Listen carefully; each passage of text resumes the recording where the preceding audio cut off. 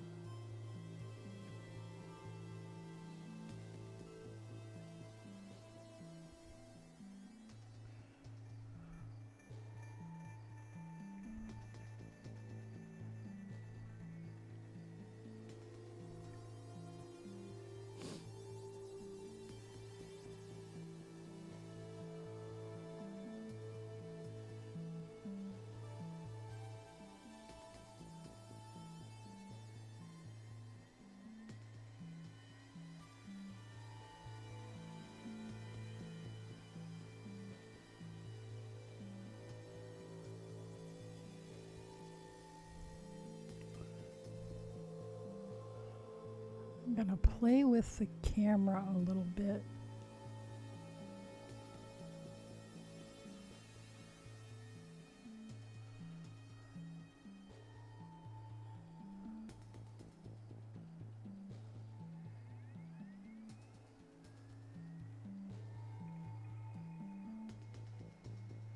Oh, I can zoom in.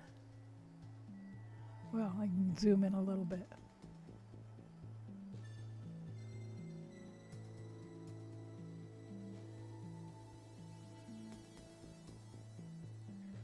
Well, let's try that.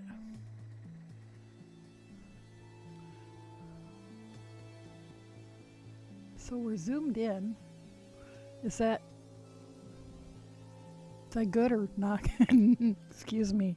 Is that good or not good?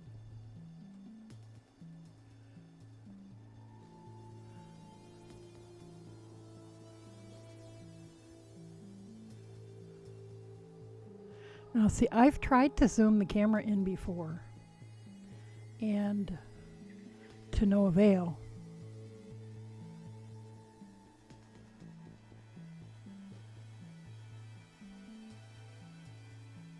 Okay, where are you there? Okay, then I'll pull you through here. Starting to get the hang of all these loops.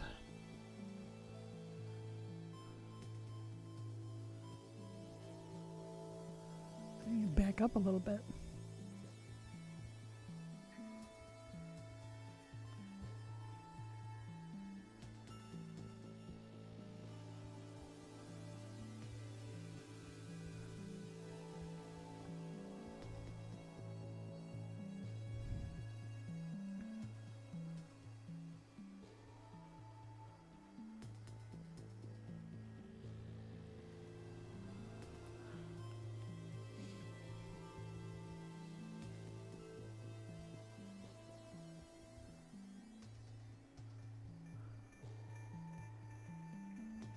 So this is the first pair of socks for my festive box of socks for this festive socks knit along for the what is it, stranded yarn, stranded something podcast. Sorry, I don't have that committed to long-term memory yet. But anyway, one of my viewers is participating in that and has talked me into it. And so all the socks are supposed to be themed according to the winter holiday or holidays of your choice. And so mine will probably be all over the place. Christmas, Yule, solstice, snow, ice, whatever. This is my Nightmare Before Christmas colorway because, you know, Nightmare Before Christmas. And this is my first time, well, it's not my first time experimenting with using the magic loop method for knitting in the round. It is my first try at knitting socks using the magic loop, and I'm still getting used to loops all over the place, but I'm starting to understand how it works.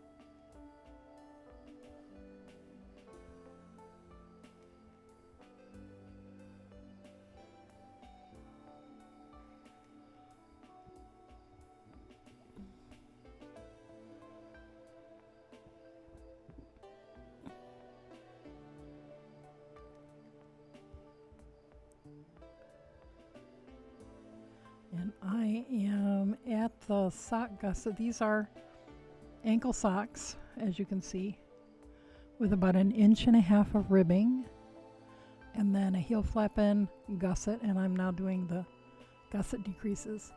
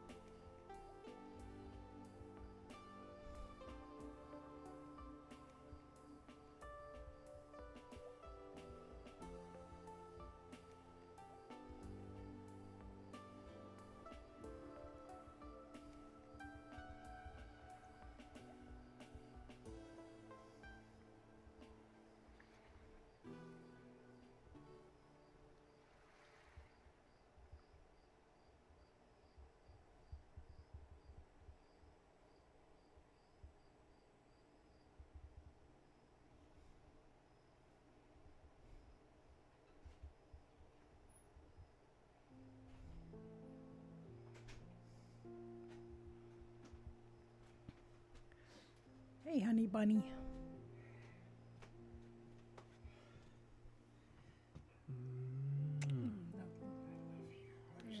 I just say you're all wet. I had to do dishes, and they, I don't suppose you could call it, say, fired Tom, because he only had 1 week left. They sent him home and told him not to come back. So Really? we got that. I had to do dish tonight, and we had a 3-gallon bag of Pepsi syrup burst. Oh man. You know where they put the little hoses on. Right. All those things. It was on the top and it burst. All of that went all over the machines, and now it's in the basement. The customers don't see it, but we got no pop now because Oh, when that man. happened, something burned out, and now we can't get any pop. Oh. So have they hired a chef? No, we've got people coming, but Wow. yeah, they're going to interview some people. But Judy's acting like she's going to be the next chef, and everybody else is like, enjoy your delusion while it lasts. Yikes. Train wreck where my husband works. Hey, Raiders. Hey, Iron Leaf, how are you doing? Thanks for the follow. M Price 203, thank you for the follow. Hey, Roland. Things are going okay for me. I don't know how long you've been in here. You might have just heard my husband just came in from work, and apparently it's quite the train wreck over there. Hopefully that doesn't ever last long. They usually get it back under control. But yeah. Sounds like you might be getting a lot of hours for the next couple of weeks. So, well, welcome. Welcome everybody who just got here. I don't know if you can notice, but if you're a regular, you might see that I actually managed to get my camera to zoom in. Well, the chef, the head chef, had given 2 weeks, and I think he got really burned out over the part of the quarantine where the restaurant was open, but only for pickup, and it was just the owner, the chef, and a couple of managers doing everything. And all the rest of the crew, including my husband, were off and on unemployment. And speculation is he just got burnt out. And he's been acting very burnt out, and apparently he had a week left, but they sent him home and told him he can be done. So, and they've not yet hired a new one, as far as my husband knows. So, they have people being interviewed, and some new hires who are experienced, and I think who have worked with the company before, because they have a couple of other restaurants. Well, they have 2 restaurants and a brew pub sort of thing. And so it sounds like they have a couple of people coming over from one or the other of those places. And then something about a whole 5-gallon bag of Pepsi syrup having burst and shorted out something on the pop machine. So now they have no pop at all to serve customers until that gets looked at.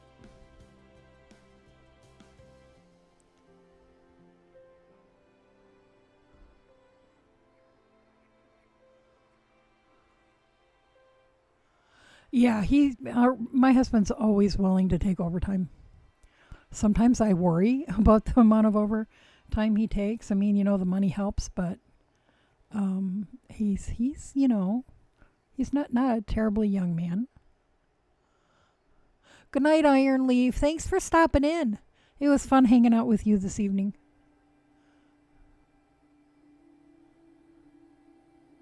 And you know what? I really do like that. If you're still here, Iron Leaf, I really do like that that blue glaze on the bowl that you drew from. But I liked all the glazes on the bowls that were in the raffle. I liked all of those a lot. But boy, that blue made my heart pitter patter. I'm a sucker for blue pottery. Especially the blues that have rutile in them. I'm not sure why, but there's something about... Maybe they just remind me of, pottery in college. And some of my favorite potters in college. Roland said, wow, hope he feels better. I know I've done programming projects where I'm so emotionally drained, I get no joy from anything. Yeah. And Roland said, all hands on deck over there. That's for sure. And my stepdaughter does dishes over there, and sometimes she busses, and sometimes she expos in the kitchen. And for anybody that has never worked in a restaurant, the expo is often the head chef, but the expo calls out the orders to the different stations. And apparently they like her with that. Sometimes they have her do prep. I think they really, really would like to train her to cook, but she's intimidated because, professional kitchens move really fast. But she likes doing prep because she did a job skills training program when she was in high school, where she did like meat cutting in deli. So the prep is a breeze for her because she's done all that kind of stuff. But she hasn't done the cooking part. But I think that she could pick it up and be fine.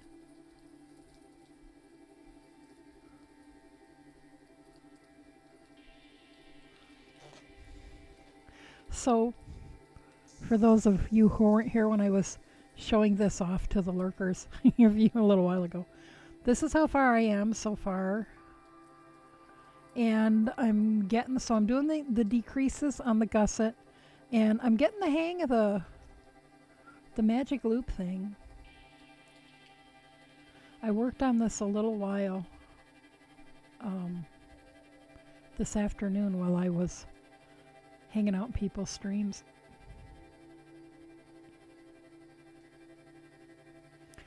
So I don't know if this will replace my first love of double points for socks, but I'm going to withhold judgment until after I finish the whole pair.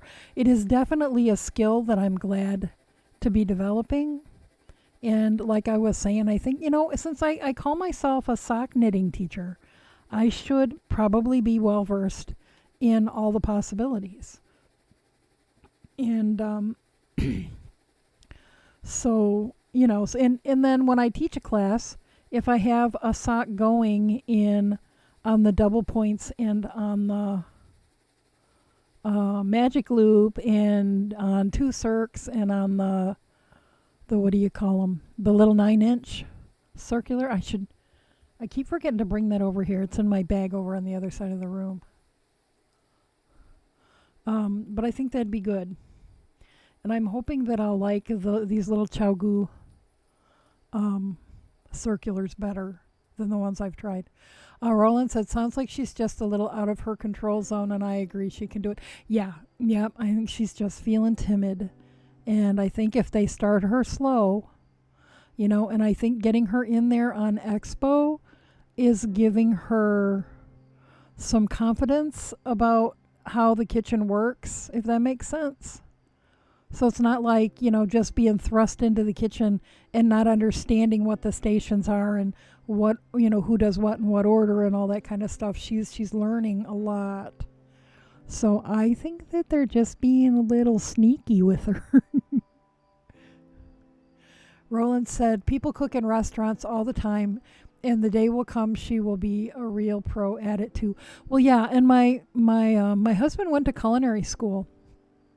And she doesn't, so he's qualified to be an executive chef. He just doesn't want to be in charge. It's like, let the train wrecks be somebody else's problem. And she doesn't know yet what she wants to do with her life, and if she decides she likes cooking, maybe she'll try culinary school. Or even, and she was saying today she wants to learn how to bake. So, someday when she has kids, she can bake cookies and blah, blah, blah, blah, that stuff. And because she didn't learn any of that kind of stuff from her mother, and she wasn't around us enough to really learn. Anytime she was with us when she was little, if I was baking bread or whatever, she'd pull a chair up and she wanted to have her hands in the dough and stuff. So, I think, given a chance, she, might really like it. And she doesn't cook very many things. And what she does cook, she does by the seat of her pants. And the things that she knows, she does very well. But if she doesn't know how to do it and tries without supervision, she doesn't understand, like, the mechanics and the rules. And you can get away with not knowing that stuff better in cooking than you can in baking. But yeah, I think that she should give it a shot and see what she thinks. Melissa Fauna said, good evening. Hello. How are you, Melissa? And it's hot again. Not as hot as yesterday. Although I have come to the conclusion that the turmeric that I've been taking, the golden paste, does give me a little bit of a hot flash immediately after ingestion. I did not see that listed in the possible side effects, but definitely every time I have it, I get very warm. Roland said it... excuse me, it was only 70 degrees here. It cooled off again last night. You know, I was able to sleep under the comforter. I love the nights I can sleep under the down comforter. But by the time I woke up early this afternoon, it was hot again, and it's hot. I think it's down in the 70s now, but you know, it takes a while for the house to realize that, because you know, my house is about 215 years old and built from foot-thick logs, and which makes for amazing cat windowsills. My cat loves to sit in our windowsills, but it makes the house retain the heat or the coolness, whichever, you know, it is, which is lovely in the winter. And in the summer, unless it's the kind of weather where everything just hangs, you know what I mean? Like it's humid and it's hot and there's no air movement, then it's hot. If on a normal summer day, if you have all the doors and windows open, we get beautiful cross breezes, which is one of the things that sold me on the house. Melissa says, I'm good, thanks. Roland, day was good, busy day at work. Then I went to Hobby Lobby and got a bunch of yarn for 75% off. Oh, Fiber Mage will be jealous. And you're now knitting with faux fur. Nice. What are you knitting with faux fur? And are you in in my Discord? Our Discord? If you are, feel free to post pictures of anything you want. I mean, you know, keeping it PG-13, please. Let me, and in case you're not and would like to be, let me see if I can post the command. The moderators usually do this, but I don't think they're here yet. A faux sheepskin throw for your chair. Ooh, that sounds nice. Discord, that should do it. There it is. I need a new chair. I was complaining last night. I need a different chair to sit in. I'm sitting in a folding metal chair and it's not comfortable, especially when it's hot. I don't know why that makes a difference, but it's like my butt bones hurt more when the weather's hot on this chair. But I was saying last night that, you know, I've got several. Okay, what's going on here, yarn? I've got several like kitchen chairs that need to be stripped and refinished and have new cushions put on them. And I've kind of had an idea to spin and weave the fabric to make the cushions, but it hasn't happened yet. I have to decide what to make them out of. And a couple of the chairs are from my father-in-law's dining table. Oh, look, 11:34 and we're having a train already? Yeah, what's up with that? I keep saying I'm going to keep a log. Keep track of what time the trains go by during stream. Our dining table was, I mean, it's just an inexpensive dining set that my father-in-law had after my in-laws got divorced. But it's the table and chairs my husband remembers from when he lived with his dad when he was in high school. And but the chairs have gotten rickety, and you know, there's only a couple of them left, and they need to be stripped and refinished and tightened up so they don't, you know, wiggle, and have new covers put on them. So that just seems like kind of a special project to me. And then I have another chair that was given to me that also needs to be stripped and refinished and have a new cushion that somehow it ended up in the hands of my friend who owns the local yarn shop, and she asked me if I wanted it and that maybe it could be a spinning chair or whatever, and I was like, sure. So they're all sitting out on my front porch where they've been for a couple of years, waiting for me to decide what to do with them.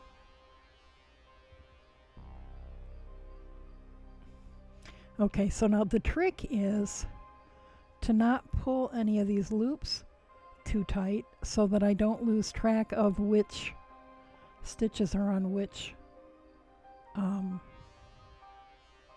section. I guess if it was double points, they'd be the separate needles, but they're not. They're in separate parts of the cable. Roland said to Melissa, "Doing well here. I notice all the birds are getting ready to migrate. The robins are starting to flock together and the hummingbirds are going for a lot of nectar." Oh, well, it's starting to feel a little, and again, I know I've asked you recently, but I don't remember where you're located. Where I am, I'm in western Pennsylvania, about a half an hour north of Pittsburgh. I am in USDA Zone 6. I can't remember if I'm in A or B, but I'm in Zone 6. And I can see a difference in the light. The days are noticeably getting shorter.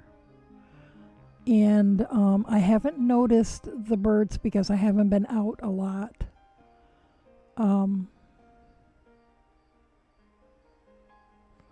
And some days I can almost smell fall.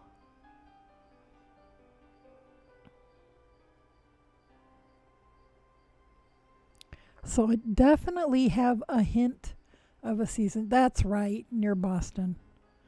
Someday. I was reading about long-term memory this afternoon, and because I keep talking about it, and apparently one of the things is just repetition, spaced repetition. So I'll just keep asking you, and then eventually it'll click and it'll be in there, and I won't have to ask anymore.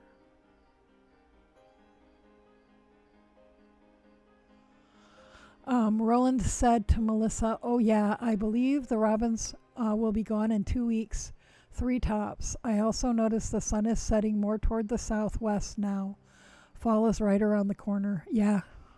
Yep. Well, it's going to be September in 1, 2, 3, 4, 5, 6 days. Next Tuesday will be the beginning of September. Wasn't it just March a couple days ago? This whole year has it's been the longest year, it's been the shortest year.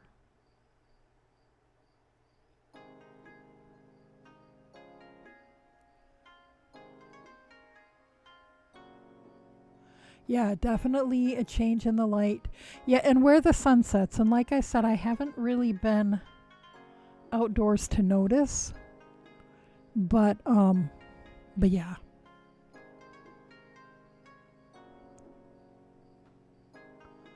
And Roland said, "No worries, ask anytime."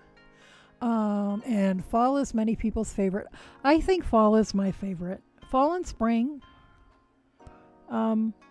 And when I lived in northern Michigan, we had a glorious fall. But we used to joke that spring lasted 20 minutes, and if you slept late that morning, you'd miss it. And one of the things that I like here where I am now is that spring, we have a noticeable spring.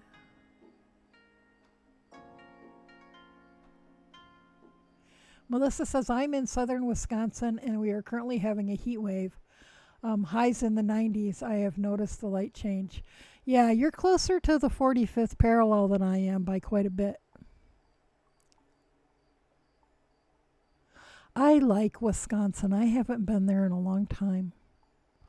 There's a cheese shop in Katy, which is just a stone's throw from Minneapolis, that when I lived in northern Michigan and we would go to visit a roommate's family.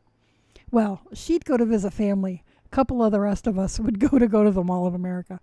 But we would always stop at the Katie Cheese Shop in Wilson, Wisconsin. I had that backwards.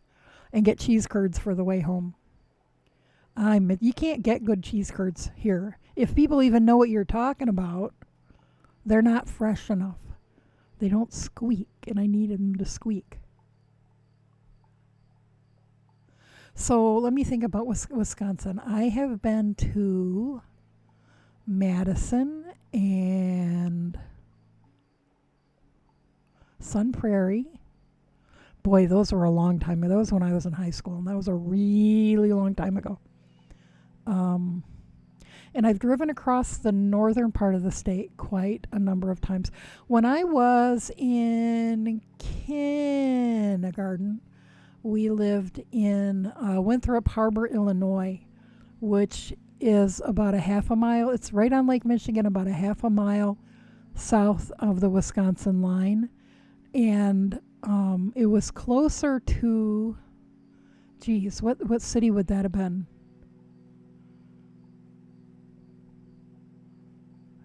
I want to say, no. I was going to say Kenosha, but Kenosha's in my mind because of all the stuff that's going on there. I don't think that's where that is.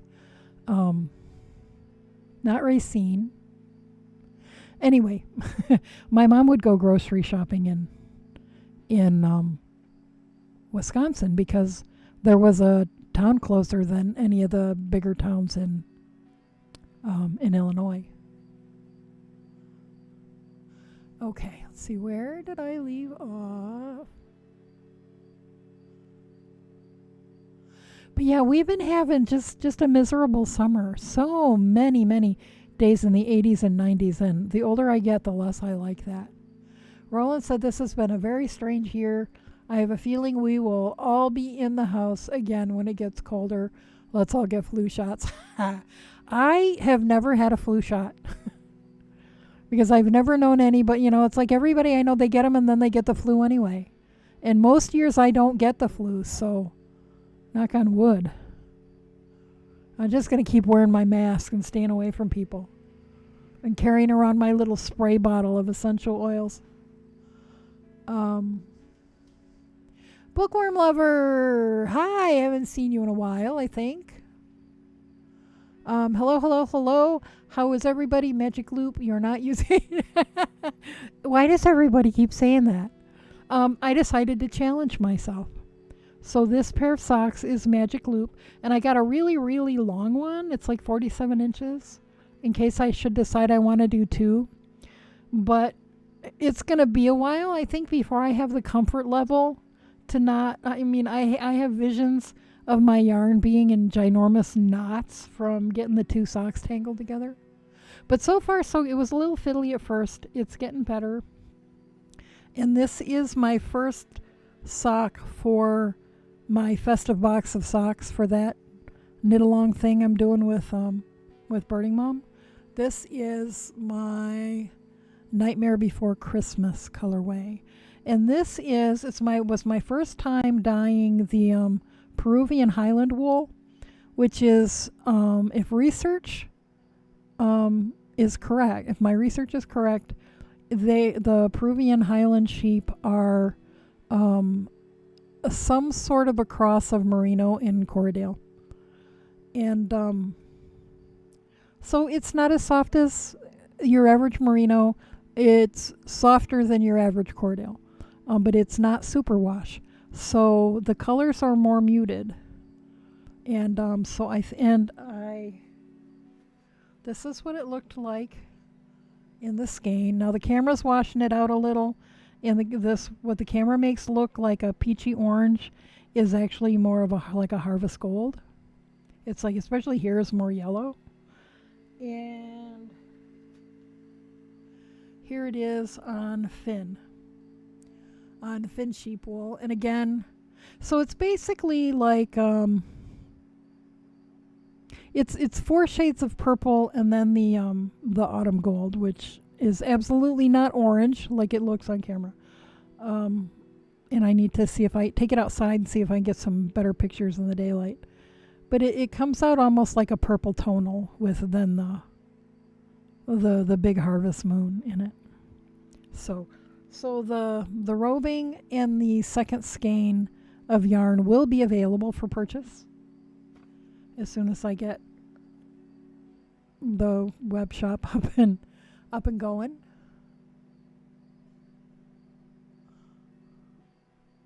Melissa said, nice. I haven't been there, but cheese curds are, yeah, are all around. I feel bad for people that don't have access to good cheese curds. Well, if you say cheese curds most places I've ever lived, people don't know what you're talking about. You know, and one time at my local grocery store, in what the grocery store calls the grab and go case, where they've got, you know, little containers of things from the deli and that sort of thing, and little fruit cups and stuff. They had little containers, like little fruit cup containers with cheese curds in them. And so I got one, and they were actually squeaky. And I like squealed, and I opened them in the car, and I squealed in the car. My husband's like, what? It's like, you wouldn't understand. But yeah, if you're ever on whatever the highway is that goes across northern Wisconsin through all the ginseng farms, if those are still there, and then eventually dumps you off in the Twin Cities, about 45 minutes before you get to Minneapolis, there's a little town called Wilson. It's all in the middle of the farm fields. And there's a little cheese shop called the Katie Cheese Shop. At least there was 20 years ago. Yeah, they might have retired for all I know. It's been a long time.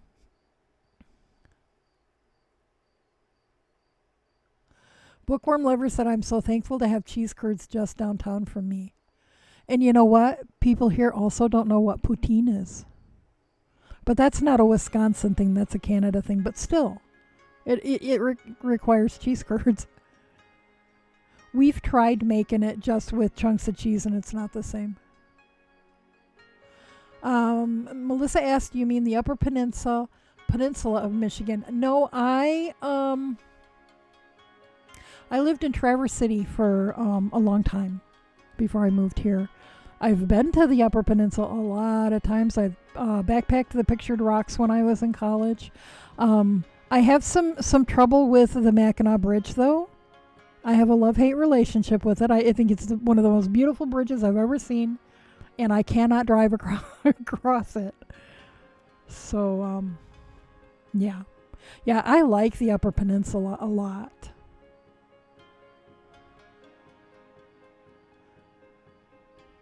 But no, I lived in the fairly far north of the Lower Peninsula.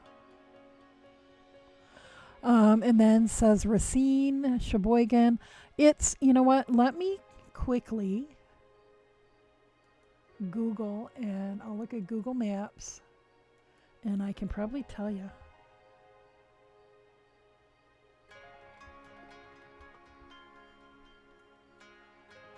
Because when my stepfather was in the Navy for a couple of years, we were stationed at Great Lakes, and my mom didn't want to live in Chicago.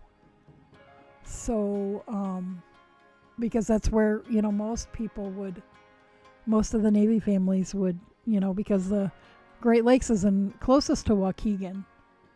Let's see.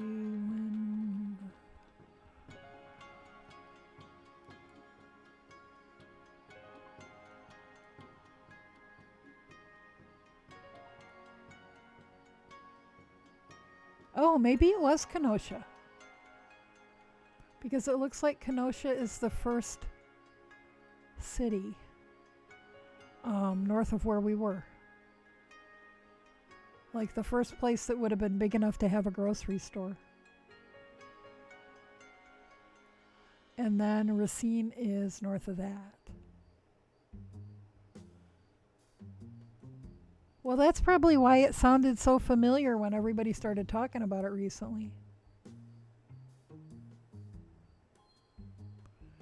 So yeah.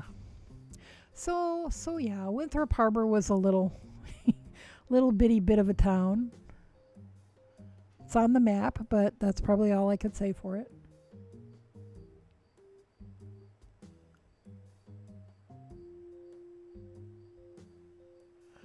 Bookworm Lover says, "Aw, how cute, only in the 80s, huh? I've been dealing with hundreds over here." Well, I'm sorry. What kind of humidity are you getting with your hundreds? Because for me, that's the deciding factor. Roland said, I'm going to lurk. Have a good night, everyone. Alrighty, Roland. Thanks for hanging out. And we'll see you later.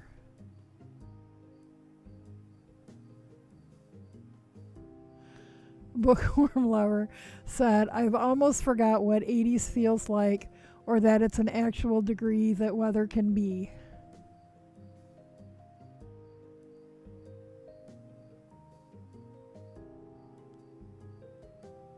And Bookworm Lover says, now that big Hank you have yet to spin. Well, I'm probably not going to spin that. I'm going to probably sell it. Melissa said, okay, I just went to the UP recently. And then said, my grandma is from there. Where about? What part of the UP?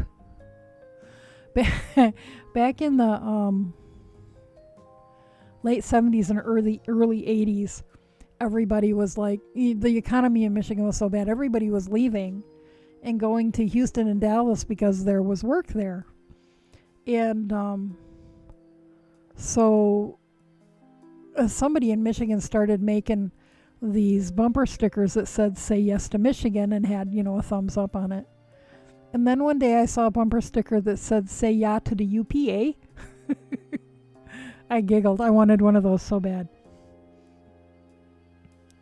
Bookworm Lover said only Northerners or family of Northerners or cheese lovers know what curds are. How can someone not love poutine? It's potatoes, cheese, and gravy. Well, yeah. Well, you know what they do here? Pittsburgh. Well, they put wings on the potatoes with fries, chicken wings, and gravy. And because there's this one particular sandwich shop that they've got locations all around the area now, but originally they just had one in the Strip District, and it's open 24 hours, and they would put the fries and the coleslaw on the sandwich so that the truckers could take them along and eat them, with one hand while they were driving. So if you go to Primanti Brothers and you are in the Pittsburgh area and order a sandwich, your french fries and your coleslaw are going to be on your sandwich.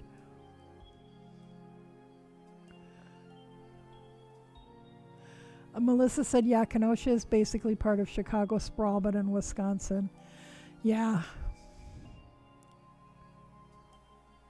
Yeah, I'm glad I'm not there right now. And I'm glad I'm not in Portland right now. I stay here in the boonies and hope that the chaos doesn't come this far.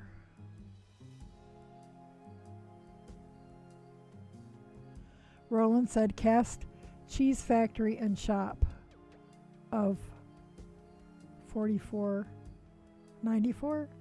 It's still in business. Back to lurking.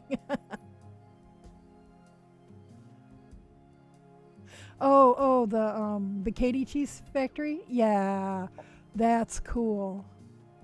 Maybe I can get up that way sometime. God, I don't know anybody in the Twin Cities anymore, though. They've all gone in other directions. Bookworm Lover said, I'm used to hot, dry heat, but this year we've had so much more humidity than ever. Colorado here, desert dweller. So any humidity spells death when added. Oh, yeah. And says we've been 5 to 10% humidity these last hottest months. Oh, well, I'll take your 5 to 10% humidity and give you mine 95 to 100% humidity. And I still don't understand how there can be such a thing as 100% humidity. Shouldn't it be falling out of the sky at that point? Wouldn't that be the air is completely saturated, so now it's water? And I understand when it gets like above 100 that you're going to burn the skin off your feet if you walk barefoot on the, pavement or whatever. But still. You know, I have asthma. You know, breathing in this humidity is difficult. Melissa said, Iron River, Michigan is where my grandma is from. My uncle lives up half the year. Oh, cool. Very cool. Bookworm Lumber said, isn't that fog? Well, wouldn't you think so? I would think so. But it's not. The first time I ever saw that on my weather app, I thought it was a glitch. But it's not.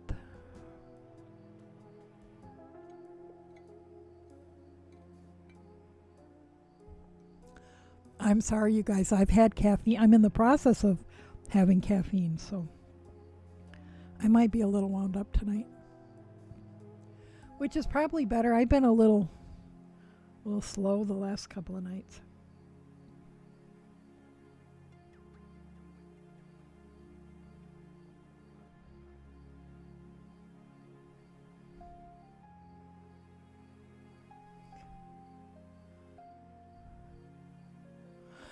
Yes, I'm doing gusset decreases on the first sock.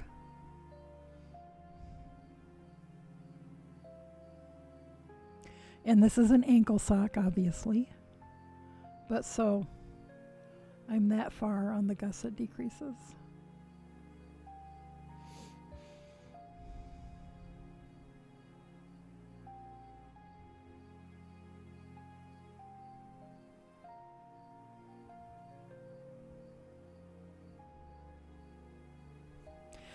I'm having a little more trouble figuring out whether I'm on a decrease round or not than usual. But am I pulling the right one? Yes. But I'm not sure if that really is because of the magic loop, or if it's just because it's darkish yarn and it looks on camera like there's a lot of light. In real life there's really not. And it's hard for me to see if I'm on a decrease round or not. These are size 1. I wonder if it says on there. Come on.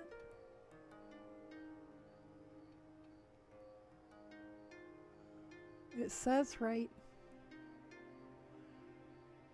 there, but it won't focus.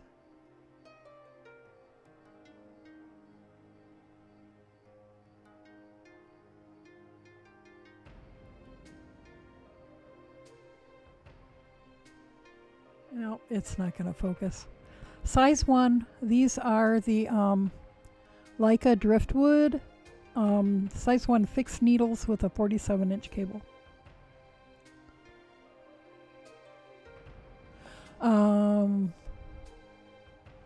Bookworm Lover asked, dumb question, are there negative size needles, -1, etc.?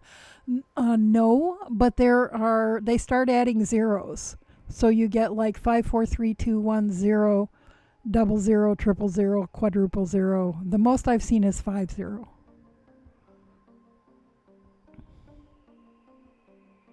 And I have some triple zeros and some quadruple zeros around here somewhere in double points, but I have not ever used them.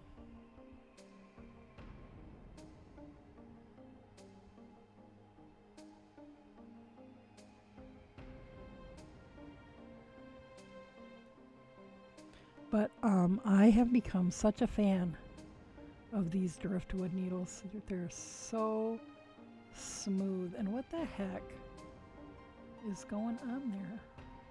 I think I split a stitch on the last round.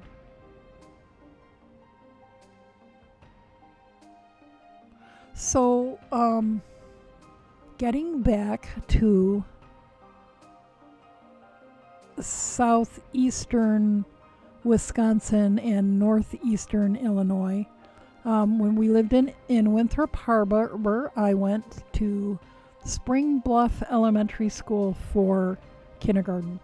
And apparently it has long since been closed. I was so sad. Because I got on Street View and I was trying to figure out where our apartments were. the apartments that we lived in. I know the name of the street, but I couldn't find them, so they may not be there anymore either. And then I tootled around until I found where my school was, and it was closed.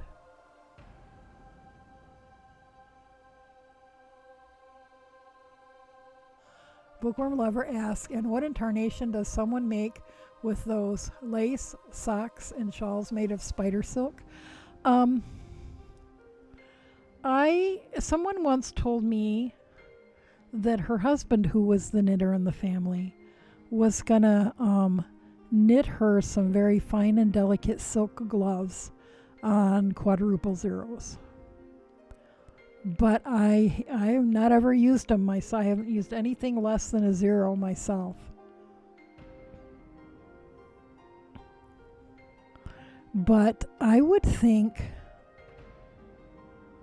that depending on what you were making, because a lot of times when people use the really fine lace weight and cobweb yarns for like shawls, for lacy things, you use, a needle as large as a 6 because you want it to be lacy. So I would think that using the little, itty bitty needles would be more a matter of like gloves and socks with really, really, really fine yarn. But, like I said, I've not ever done it, so I could be wrong.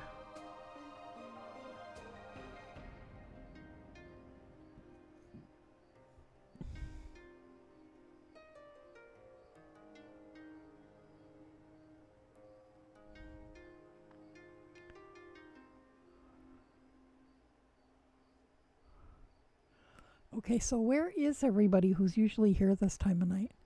Wonder if there's something else going on Twitch that I don't know about. Yeah, I don't see any of the places that people sometimes hang out instead of here. Oh well. We'll just party by ourselves.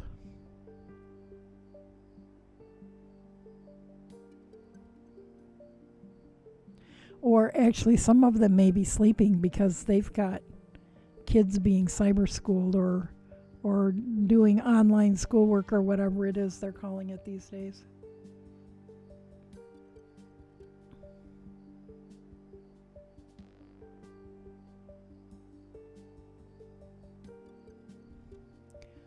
Three, 4, 5, 6, 7, 8, 9, 10. Why is my phone kaplunking?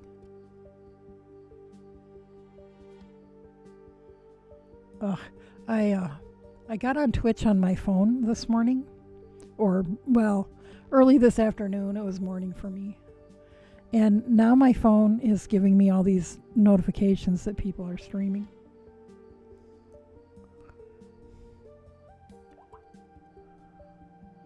$11, $12, $13, $14, $15, $16, $17, $18, $19, $20, $21, $22, $23, $24. Melissa said, I am usually either shutting down my computer or getting ready for bed at this time, or my boyfriend has asked to watch some TV with me. But instead, we've had the pleasure of your company.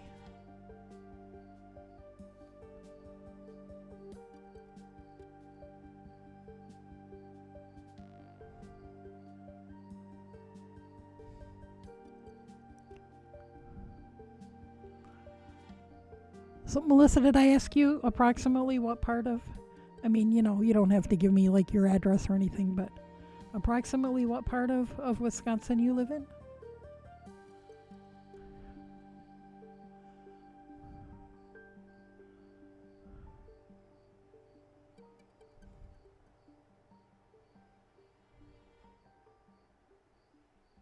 Madison.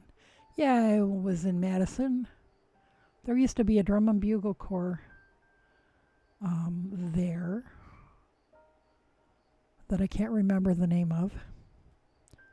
And they hosted a competition marching band competition several years when I was in high school doing the competition marching band thing. And so we would go there.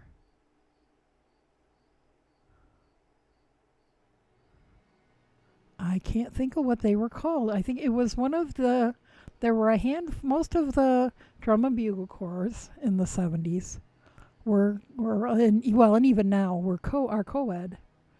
But there were a couple who were all male, and the one in Madison was all male, and their uniforms were green, and that's all. I can't remember what they were called.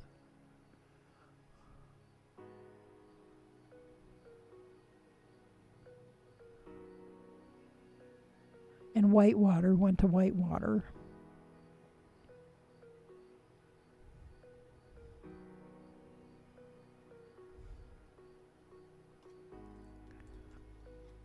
See, now I'm going to be all reminiscing about Wisconsin. And it's it's funny because we get sorry, you can't help me because you don't go to school there.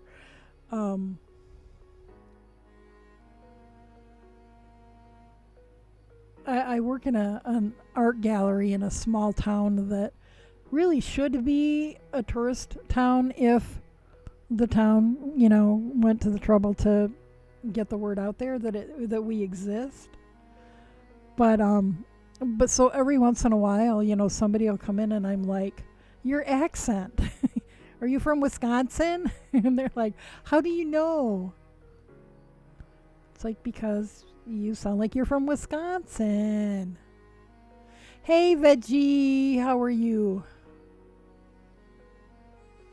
I can, not always, but a lot of times I can pick out if somebody is from Wisconsin or Minnesota or Michigan. When I first moved to the Pittsburgh area, yes, the O's. People used to always ask me if I was Canadian. And they'd be like, say road. Say boat. Veggie says, lost track of time knitting and watching anime. I lost track of time and was about 10 minutes late myself.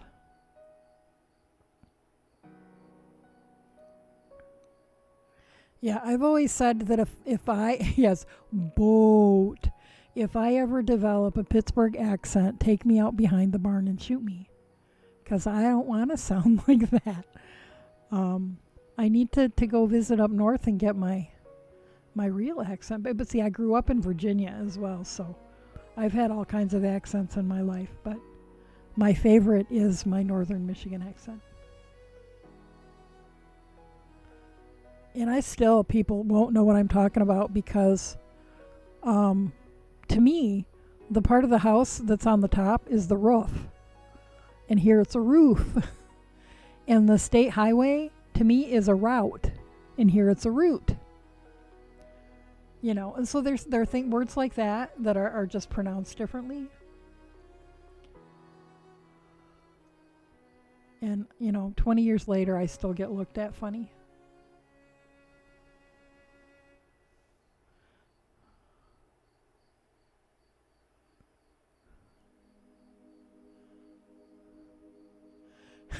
Yeah, I love that. Boat.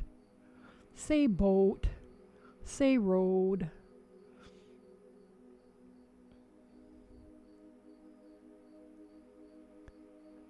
Veggie said, oh, that's 10 minutes.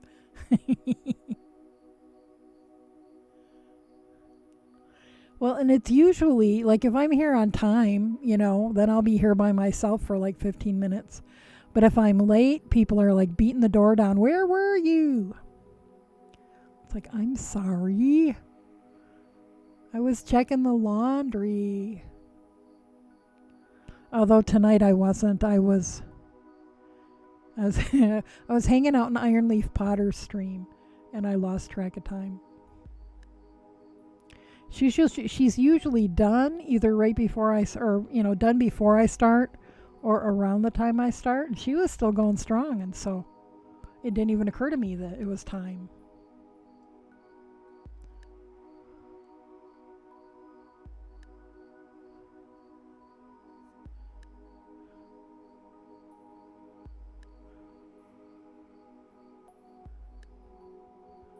Okay, you scooch over here, and you scooch over here.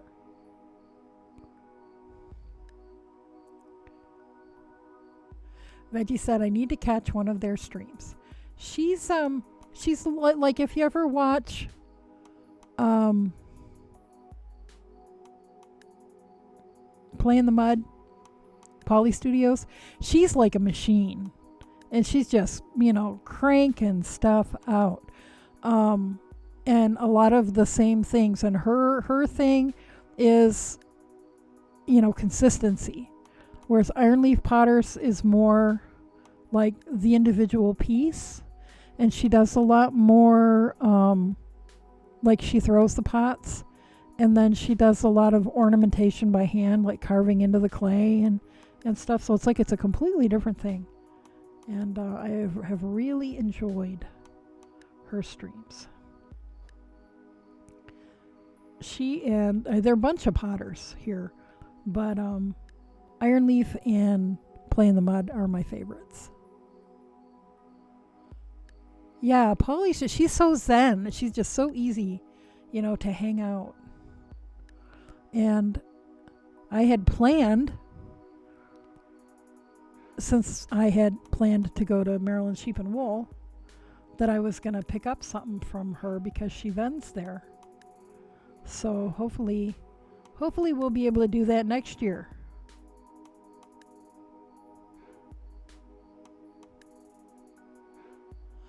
Melissa said, yeah, I grew up in Wisconsin. And am I pronouncing that correctly, Wisconsin? And I never thought I had an accent until I was in my 20s. Now I can't unhear it. Every place has an accent. Now, see, when I lived in Michigan, I thought Michigan didn't have much of an accent. I thought that the Great Lakes region was the least accented in the United States. Boy, was I wrong. It turns out that the Pacific Northwest is actually the least accented. But I guess I've mostly lived in places that have fairly heavy accents. Western Pennsylvania definitely does. And some very unusual ways of saying things. Like instead of saying, are you guys going to go downtown? And, whatever, somebody would say, yin's gone downtown and that. People will be, instead of y'all or you guys, in Pittsburgh, people say yins, Y-I-N-Z.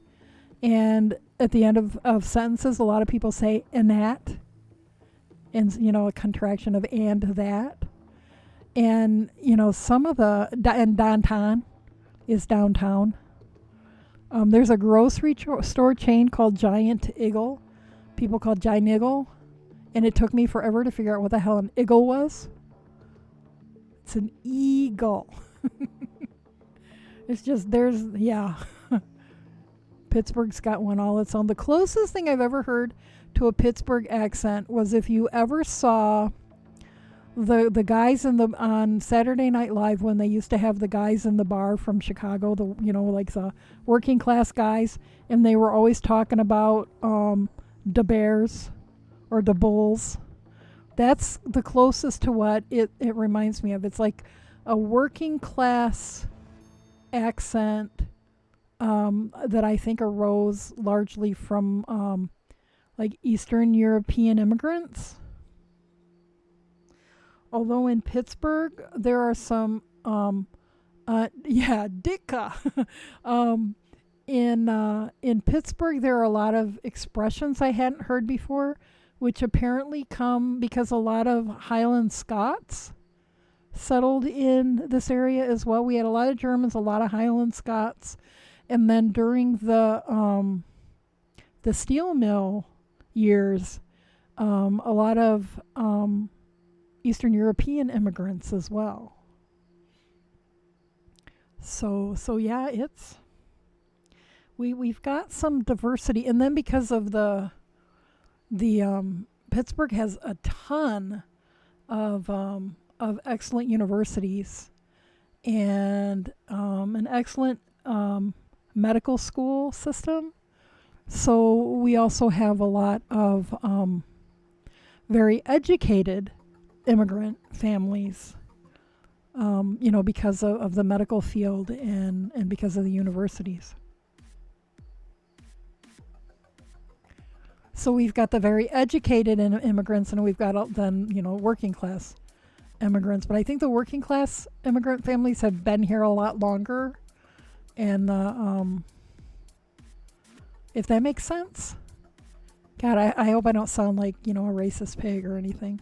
I'm just trying to think through what I'm thinking about.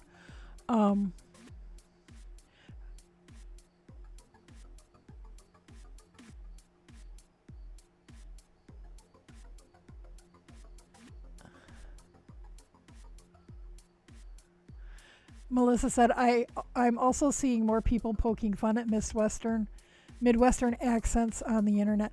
There's a guy who posts videos that I see on Facebook. I've been following him on Facebook.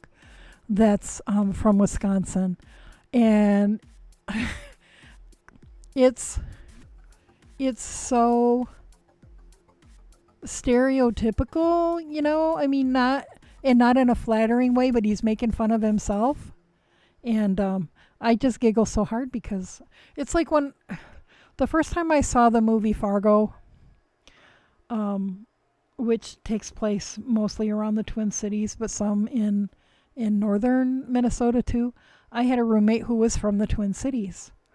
And, so we're watching this movie, and I'd be giggling, and she's like, I don't talk like that.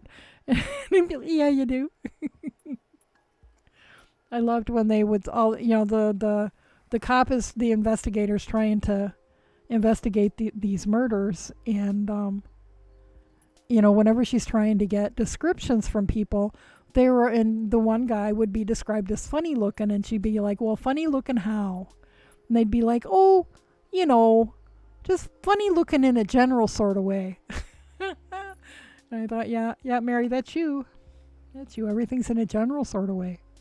She's very good at the big picture, not so good at the details. And I think that that's maybe a cultural thing in that part of the country. Veggie says, LOL, wrong. And then says, yerp. Is yerp a Texas-ism? Okay, so who's doing what? Something's happening. I got to scroll down here. Thank you for the follow, Pepperoni Demon. Okay, see, I'm not keeping up with the tour again here.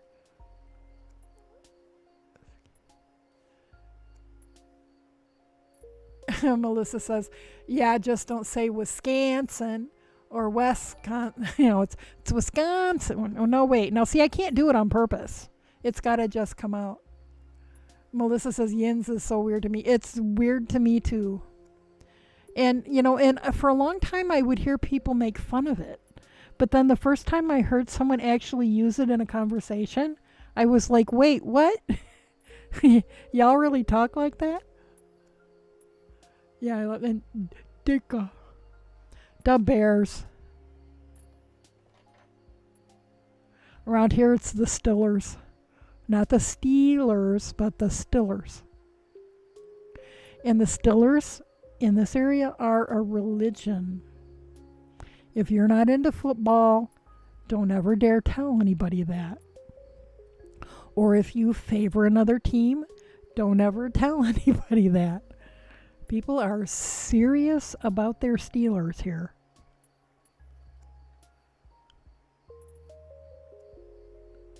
Veggie said, I think Texas may be rubbing off on me a little on accent, but I think I'm still good. Well, and I don't know that Pittsburgh is rubbing off on me even after 20 years, but I'm losing some of my northern Michigan. And I need to go visit because it doesn't take me long. You know, I could go spend a long weekend and stuff will all come back. Although the same holds true with the South. I haven't lived in the South since the early 70s. But if I go spend a long weekend in Norfolk, you know, it'll be bad. Well, it's still y'all. I still have y'all. That just hasn't ever gone away. But some of the other southern accent. And in Norfolk, it's not as thick as in some other places in the South because the population is so heavily Navy. So there are people from all over the place. But yeah, I got, when we moved back to Michigan when I was in junior high, I got all kinds of shit for my southern accent. And then after a couple of years, we went back to visit my youngest sister's godparents in Norfolk, and my sister's godmother said, "Y'all sound like a bunch of damn Yankees." So, well, you know.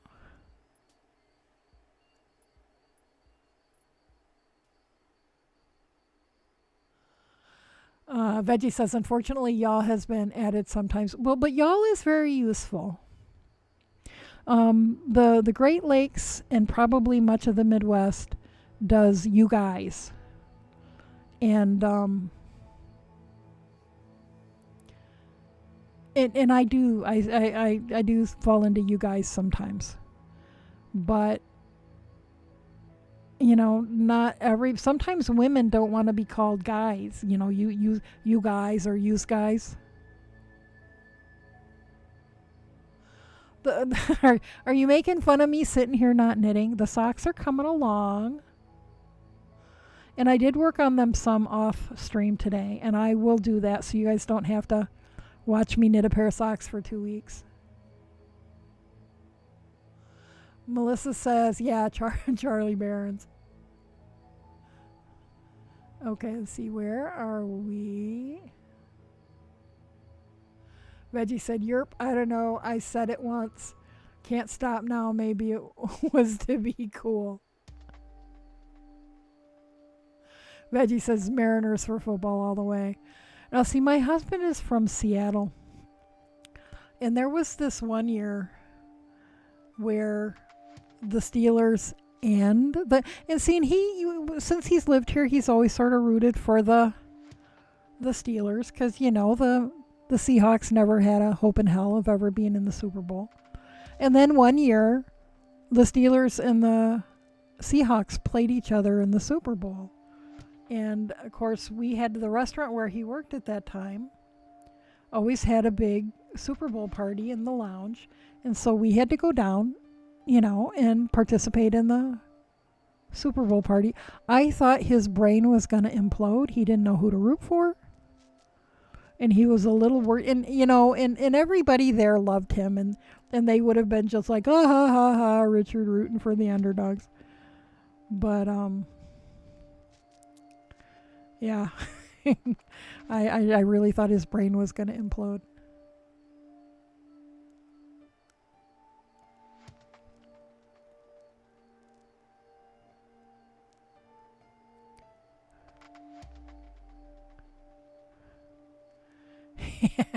After I lived here, I don't know, not real long, when my nephews were still living at home and teenagers, I noticed that my nephews had like Steelers and Penguins and, you know, Pittsburgh teams posters hanging in their rooms. And I was like, well, why don't you have Detroit teams? And they just looked at me like, are you serious? It's like, well, but the Tigers used to be good, like when I was a kid.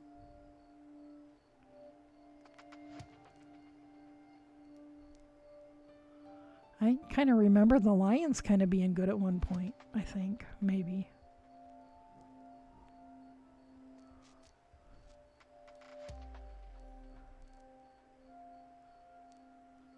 Yeah, so what I ended up realizing that I could do is I don't need a needle for each section. I just leave a loop in between. And then because I was confused about how I was gonna maintain the stitch counts and know whether I was decreasing correctly from one side to the other. And it ended up that I was just thinking too hard. It wasn't as big a deal as I was trying to make it. Veggie says, root for the Seahawks in that case, expletives, the Steelers. Well, most of my favorite Steelers are long gone. Although I like Palomalu. He's got a reputation for, you gotta love his hair, but he's got a reputation for being just almost an evil player because he hits so hard. And, but like in real life, he's this, really soft-spoken, great guy. And, I've met people who know his wife, and they're wonderful people. And, he went back to school and finished his degree when they were, I don't know, something was happening, a strike or something. And he's like, well, I'm just going to go back to school and finish my degree. Steelers fans are, I don't even have a word. Steelers fans. And the little town next to us, where we lived for 12 years, has speakers on the telephone poles on Main Street. And during the Christmas season, they play Christmas carols. And that's, I thought that was kind of cute. But if the Steelers are going to the Super Bowl in the weeks coming up before the Super Bowl, they play 24/7 Steelers fight songs. That's, this is like a small town of 1,000 people. They're that serious.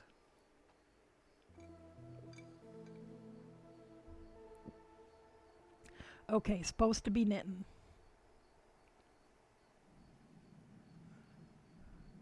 Veggie says I'd move. Well, it's a nice little town, though.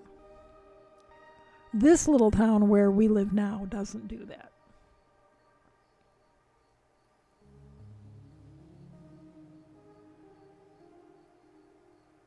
I have no idea what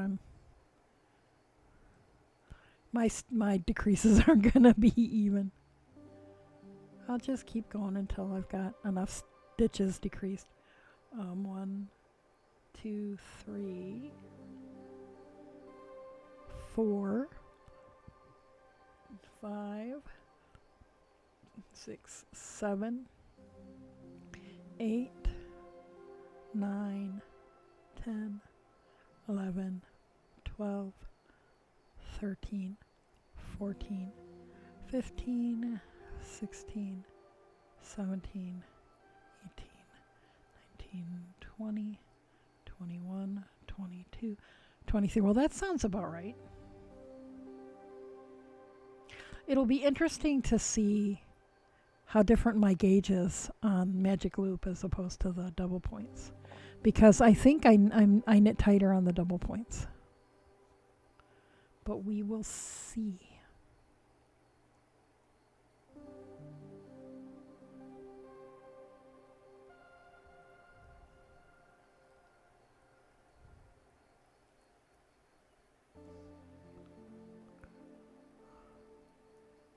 Oh, yes, the man. Yes, exactly. Charlie Barnes does the Manitowoc Minute.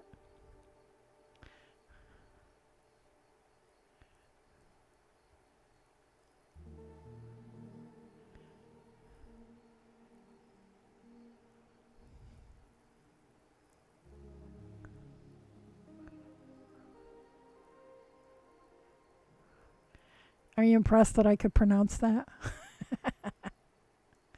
I can pronounce a lot of place names in the Seattle area too.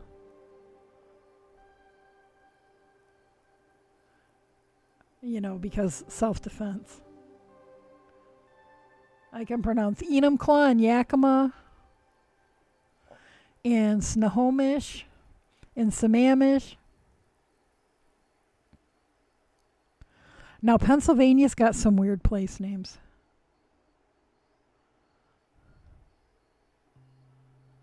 And So okay, we're gonna build a state college. So we'll just name the town State College. So yes, Penn State is located in State College, Pennsylvania.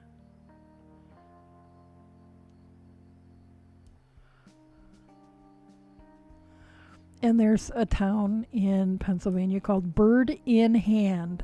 BIRD hyphen IN hyphen hand. HAND.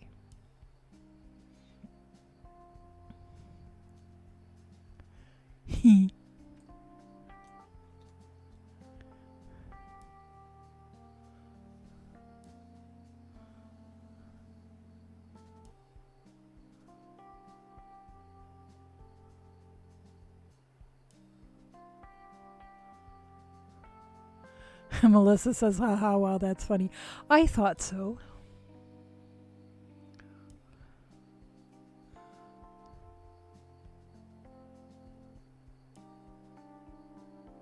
And there's a town called Ambridge, home of the American Bridge Company. It's like, you couldn't possibly be a little more creative than that.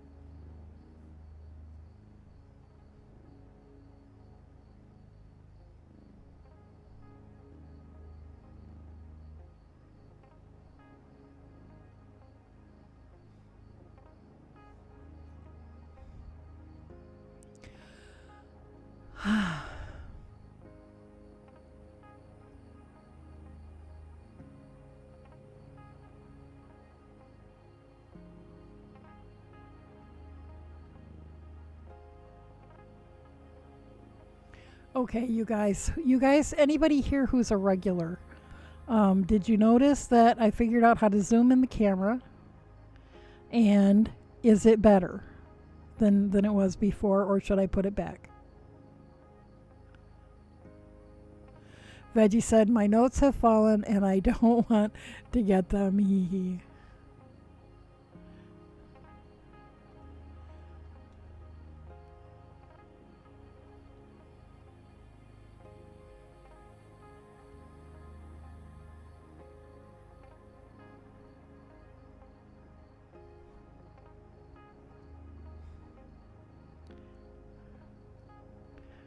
Yeah, sometimes it'd be nice to have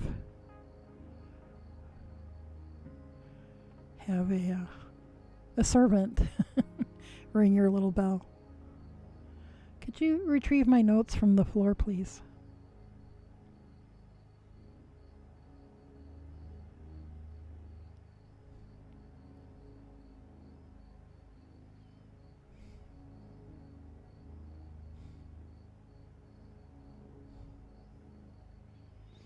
Or you need one of those little reacher poles like they have in general stores to reach the stuff on the top shelves. Reach extender, I think they call those. 1, 2, 3, 4, 5, 6, 7, 8, 9, 10, 11, 12, 13, 14, 15, 16, 17, 18, 19, 20, 21, 22. Veggie says, seems good. I'm using mod mode so the video is smaller than a regular view. I didn't know that mod mode made it smaller. Huh.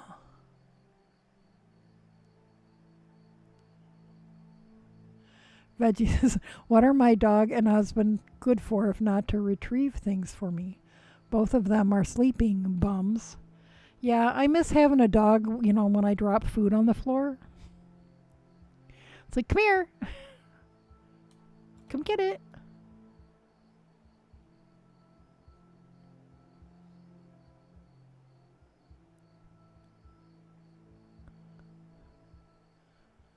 Tell your dog it's very terribly early to be sleeping.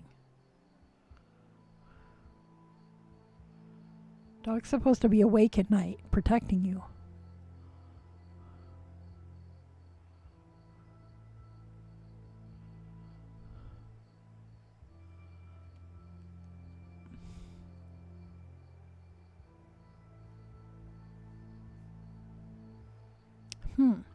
There's all sorts of noise going on upstairs. It's like, what the heck? Maybe husband is getting ready to vacuum his little office room thing. Ashley! How you doing, hon?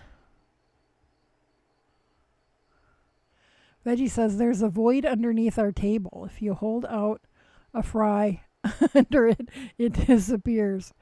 Yeah, some kind of a black hole thing going on.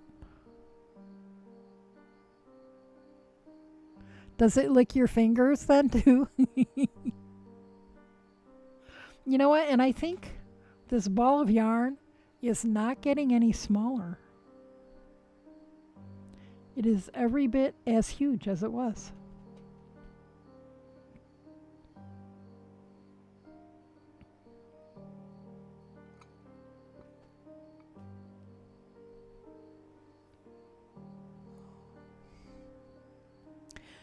Ashley says, I just wrote a program to show me stitch counts for every row so I could check my counts for my cardigan. And I'm on track. You're awesome. I'm impressed as all get out. Veggie says, LOL, my tracking is on the floor. We'll call the dog. Or you wake up your husband. Honey. Yeah, absolutely. That's so cool.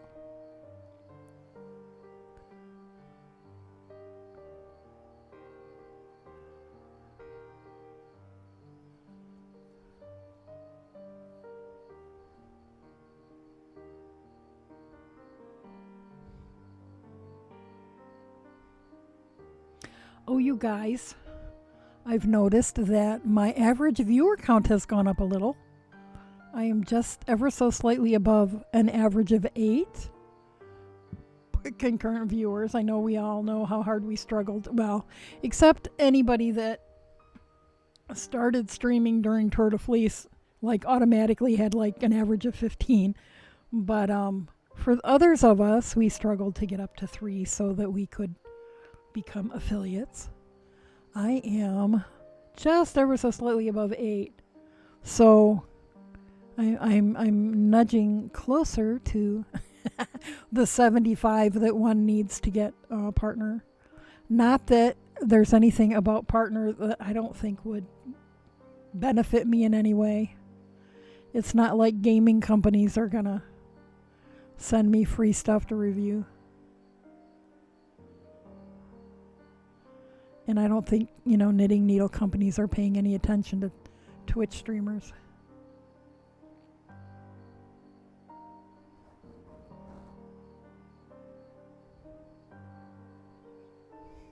But still, it was pretty cool to see that I'm just slightly above 8 average concurrent viewers.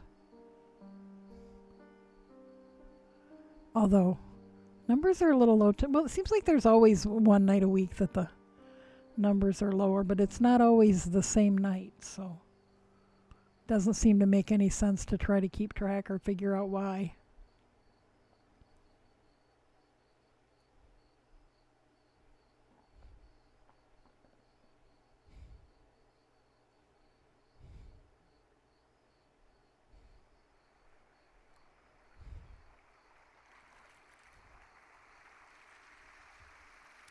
Veggie said it's quiet tonight. Ashley said I've been struggling to get people chatting for the first 30 minutes. It keeps feeling kind of lonely. Yeah, it's weird when you can see that there are people and nobody's saying anything. It's like, okay, I'll just talk to myself.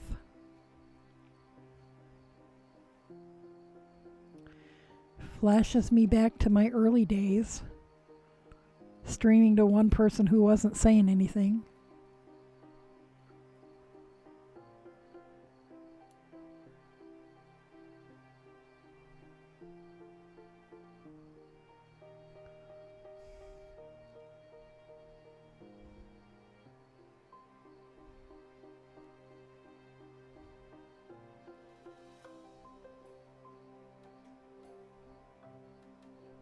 Whoops. I think I need to decrease here. Oh, nope. Wait.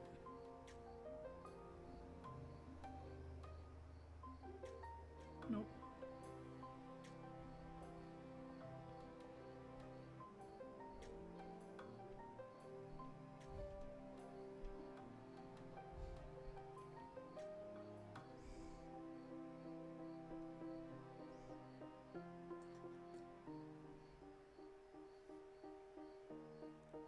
Veggie says, "Hey, best content when you talk to yourself." Yeah, is that why the number drops the longer you rattle on, or I should say the longer I rattle on.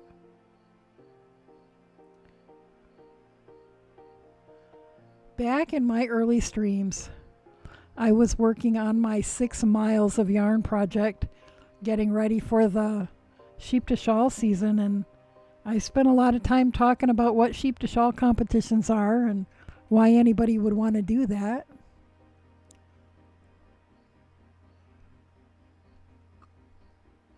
I don't know how interesting that was for anybody. Ashley said, I guess I haven't been streaming consistently either, though. Just been so anxious and irritable lately. Well, yeah, honey, you've had so much going on. Veggie said I can be pretty bad at lurking. Well, and I can be a lurker too. There are people whose streams I go and hang out in that I've never said hello. I just have them on and I'm listening while I'm working on stuff, and my hands aren't free. Ashley said, I feel like I'm disappointing people. Well, they'll get over it. And we love you.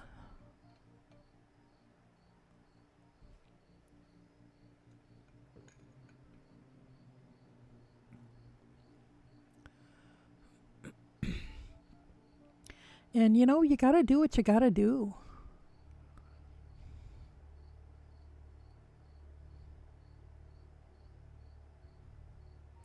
Although there are times, when I have a crappy day and I think, you know what? I think I might take tonight off. I'll just go leave a note in Discord. Feeling like crap, had a crappy day. But then I talk myself out of it, and by the time I get gabbing with you guys, then, I feel so much better. But I guess that's how my anxiety works. I figure you guys are my tribe. Or we're each other's tribe. And, most of the time I feel better if I come hang out.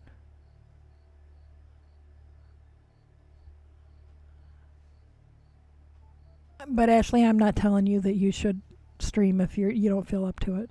That's absolutely not what I meant. Melissa said, boyfriend is summoning me to watch some TV with him before bed. Good night, all. Good night, Melissa. Thanks for hanging out. Veggie says, don't do it. It's a trap. And also good night. Yeah, have a good night, Melissa. We'll see you later. See you later, alligator. Say hello to Wisconsin for me. Hello, birding mom. Ashley said, my anxiety usually manifests as being overwhelmed by everything, even small things, and then shutting down and avoiding everything. That's kind of been my lifelong MO too. I fall off the face of the earth when I'm really overwhelmed. But it's been a little while since I've gotten that overwhelmed. So I finally am getting my life in a little better order and coping mechanisms to deal with it. And if it helps at all, I am always willing to listen if you need to vent. And Melissa said Wisconsin says howdy. Good night, Wisconsin.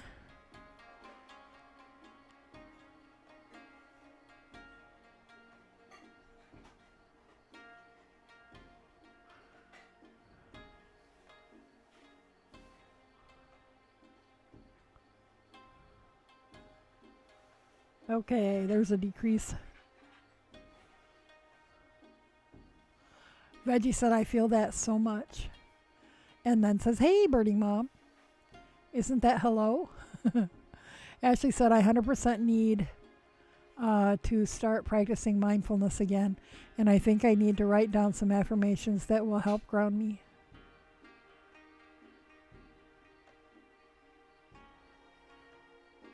Yep, and if there's anything, I always want to say we because, I assume that everybody here is on board, but I should just say, if there's anything I can do to help, let me know. And if it's within my power. Veggie says, Wisconsin is weird. Oh, well, I like Wisconsin. Every state is weird. Ashley said, Veggie Zombie, yes, howdy equals hello. Okay, you guys go through here. Go on. Scoot, scoot, scoot, scoot, scoot. And you guys come scoot over this way. See, I've kind of got this under control. Birding Mom said, my anxiety has been all over the map this year. Yeah. Yeah, I hear ya.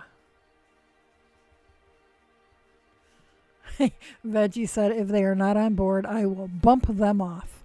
Just kidding. You use your mad moderator skills.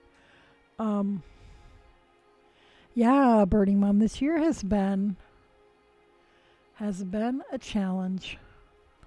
And, I had this weird thing. Not a vision, but just sort of this prevailing thought when I was in my early 20s. I was still an undergrad and just had this thought that wouldn't leave me alone, that I needed to learn how to do a lot of what I thought of at that time as old stuff, and I was learning I already was a knitter. I was learning to spin and weave and dye stuff, and I had done canning and freezing of food and stuff with my grandma and my mom and my aunts and my and all the girl cousins and everything.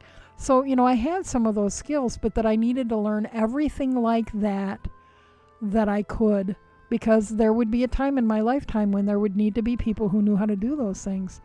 And I'm starting to worry that maybe I was right and this is it. So, I think things are going to be rocky for a while, and we're not all going to survive it. There's already, people not surviving it. Speaking of Kenosha, what the hell? Kenosha, Wisconsin? I never, ever would have expected riots in Wisconsin. And people being, shot and killed.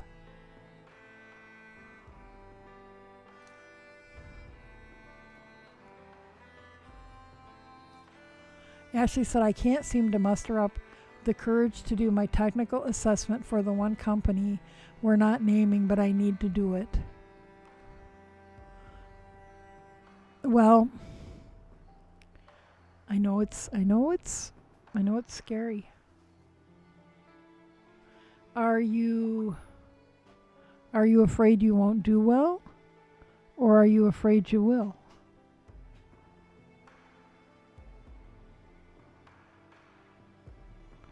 Which would be scarier?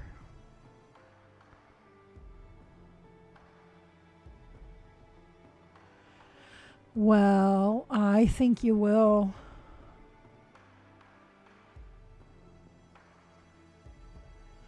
Veggie says, do the less than fun self-care. Then after that, do the funner self-care. Yeah, like do the funner self-care as a reward for doing the less than fun self-care. So Ashley, what strategies do you have? And of course, you don't have to answer this on the stream. I'm asking more for you to think about them.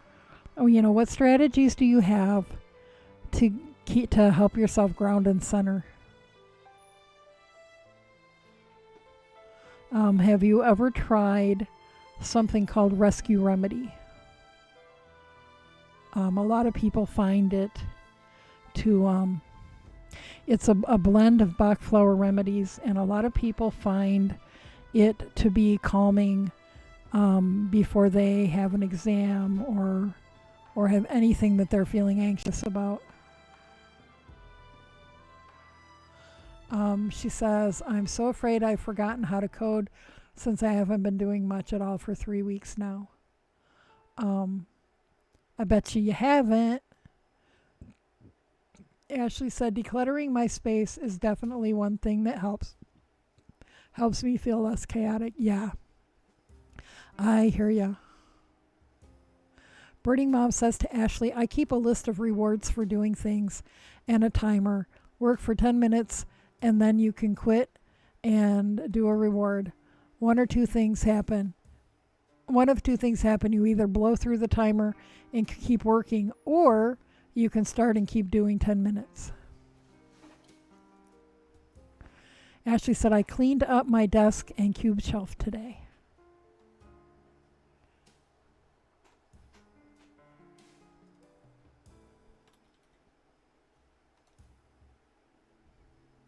For me, a lot of that kind of the decluttering and the cleaning up my space and stuff is so dependent on, how I'm feeling physically on any given day. So, I might plan that, have my list of all the stuff I'm going to do tomorrow, and then wake up in the morning and not be able to do any of it. So, I have to be conscious of giving myself permission that that's okay.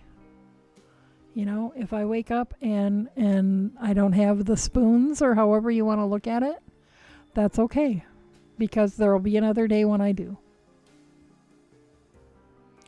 And it's not like my cluttered table is going anywhere. I did bag up all of the donation knitting and put that away, so now that cleared enough space on my table that the cat actually found a place to lay down earlier today. Ashley said affirmations usually help prevent straight up panic attacks, but I usually only do that if I start getting upset about made up scenarios. For example, if I start picturing death scenarios, I remind myself over and over that the person being is completely safe and that nothing bad is actually happening in the moment. Yeah. Yep, having strategies is a really, really important thing. Ashley said to Birding Mom, timers are hard for me because the type of work I do usually takes 20 or more minutes to get into the zone. That's in optimal times too.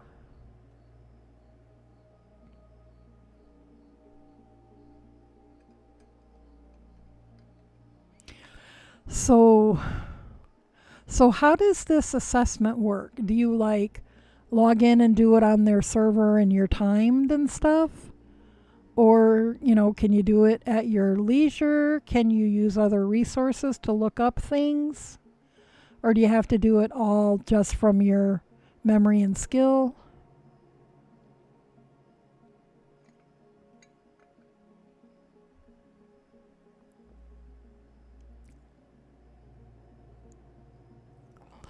Ashley says, I'm not sure how to apply affirmations to the anxiety I'm having now, though, because it's definitely different than ramping up to a panic attack.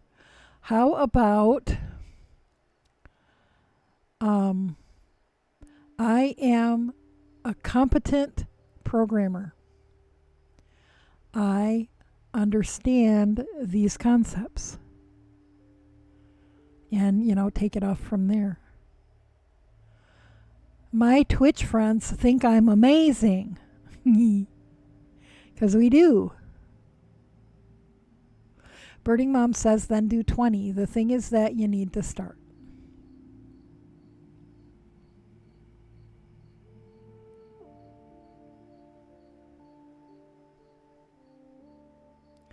Veggie says, I guess. Ashley said the assessment, smarty pants. Ashley says the assessment is 3 hours. I log into a system and that's when the timer starts. And when I get the prompt, I'm able to use Google as much as I want.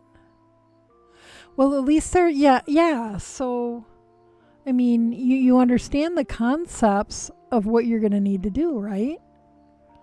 So if you need to Google something specifically, then you have permission to do it.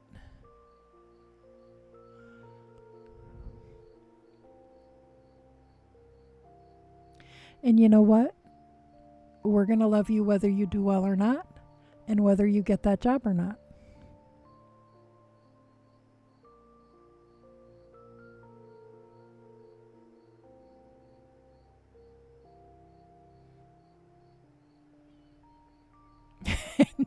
And Veggie says, I guess. I think Veggie needs a spanking. What do you guys think? Birding Mom said, I have one of 2 affirmations for you.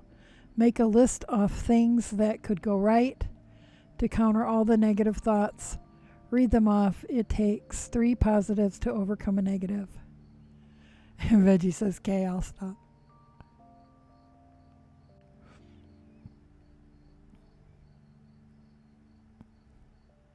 Well, Veggie, as long as Ashley knows what your intent is, you don't need to stop. Ashley gets to decide if you need to stop with a smart-ass affectionate ribbing.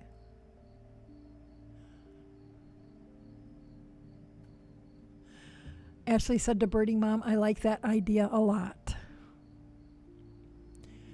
And said, haha, I know Veggie is joking.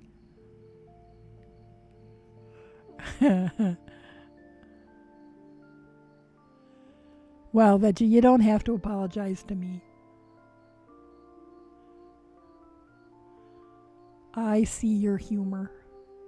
Birdie Mom said, the other is the one I do.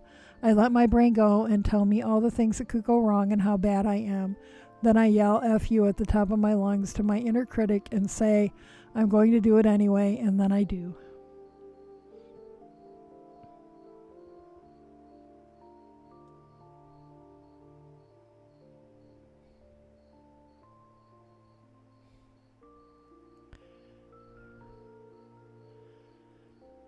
Birdie Mom says, we love you anyway, Veggie.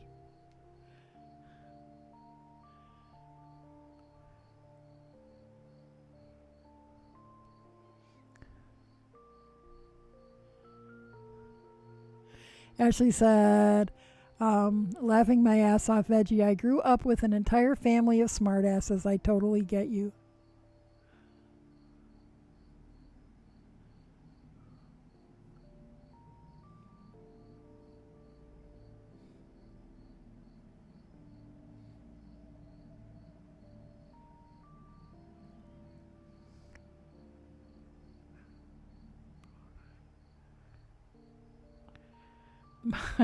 My brother-in-law, my one brother-in-law always would give their kids all kinds of shit, and they would just roll their eyes and they'd be like, Dad. And then he'd do it to my other sister's kids, and they'd like, they'd be like, and he'd feel so bad. It's like, I'm sorry. I forget that you guys aren't used to it.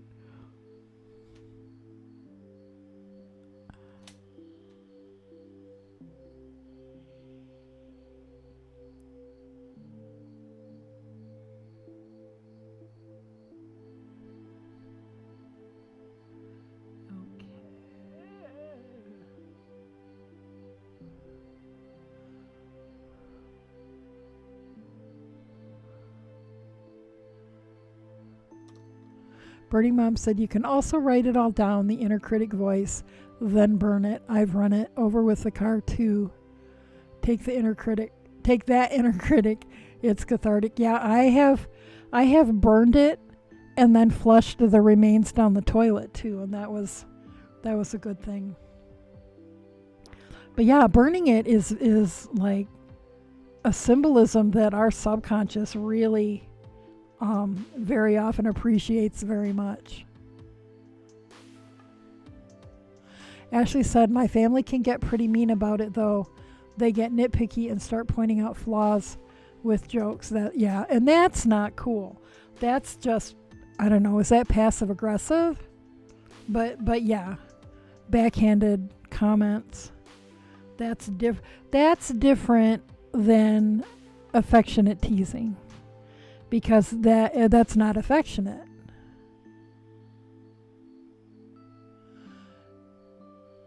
Veggie says, yikes. Ashley said to Birding Mom, it might be difficult for me to run anything over, but I can burn stuff. And says, I need to do my flower pot smashing stream, and I need to make each pot represent something. See, that sounds very cathartic to me too. You know, I mean, it's right in line with my whole whacking ice cubes with a hammer on the sidewalk method. Birding Mom said families can be mean. They all develop their own little jabs. Mine is that way.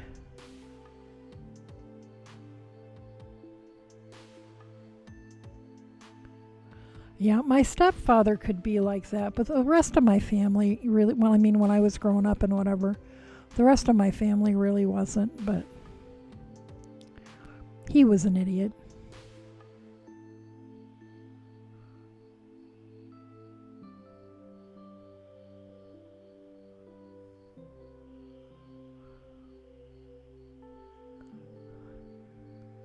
Ashley said, I don't talk to that family anymore. They're way too toxic, and I don't have space for that. You got it.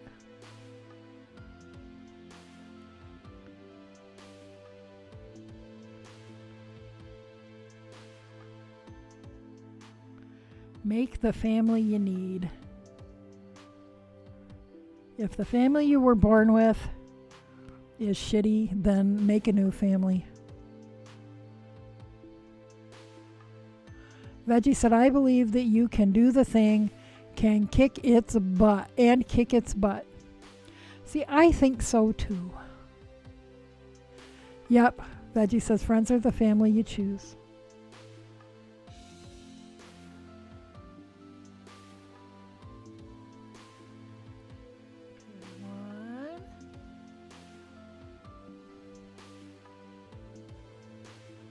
Two, 3, 4, 5, 6, 7, 8, 9, 10, 11, 12, 13, 14, 15, 16. Okay, so I still have some rounds to go here. 17, 18, 19, 20, 21. Ashley said, my husband's family is so great, and they are the whole reason I figured out that I needed to get away from the toxicity. That's cool.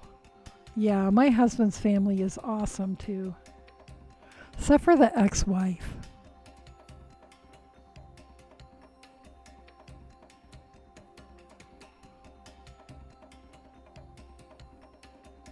Everybody finally figured her shit out though, so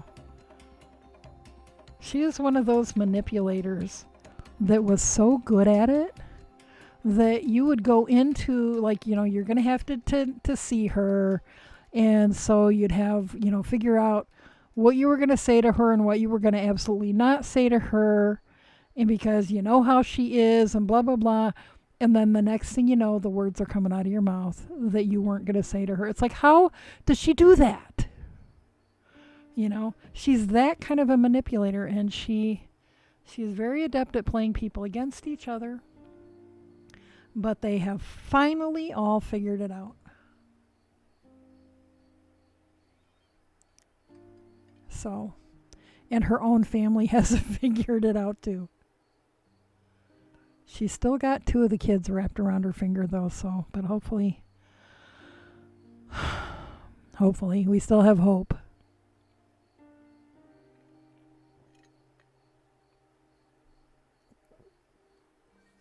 But God, yeah, the rest of his family is awesome.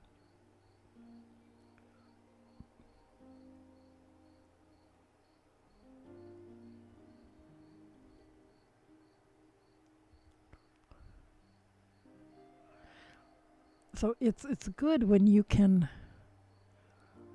end up with in-laws. Your rather than your family-in-law, your family-in-love, who are awesome, to be a mirror against which to reflect, your own family.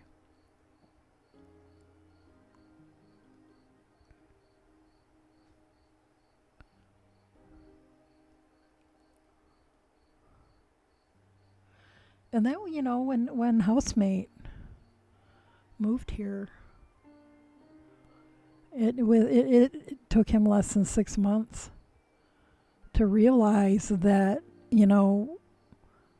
Richard and I, only having ever known him, I knew him from online. Richard didn't know him at all, except that he was one of my online friends. He showed up here, and not knowing him really from anybody, treated him better than any of his family ever had.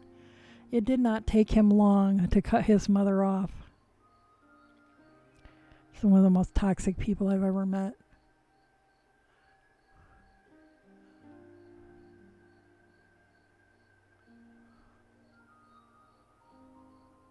And I hope she's stalking me here and heard me say that. Because that's the kind of person she is.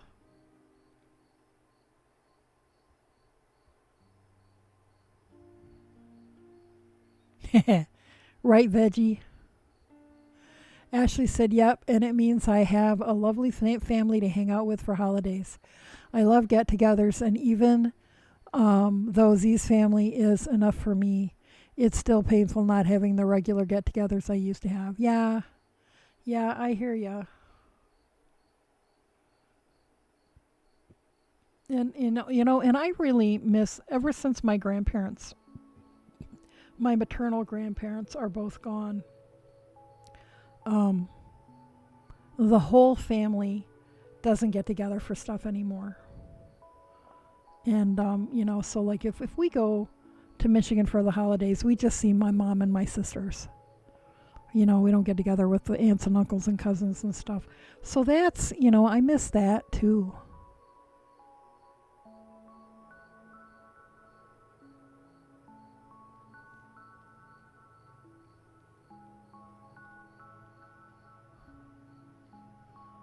And there's not a lot of the more extended family left.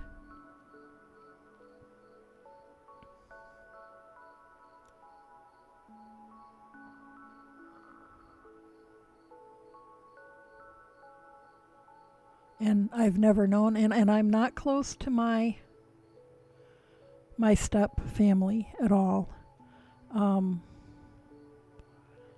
Although I have two cousins, my stepfather's brothers, 2 kids. One's a little older than me, one's a little younger than me, and we're Facebook friends, but we don't really talk.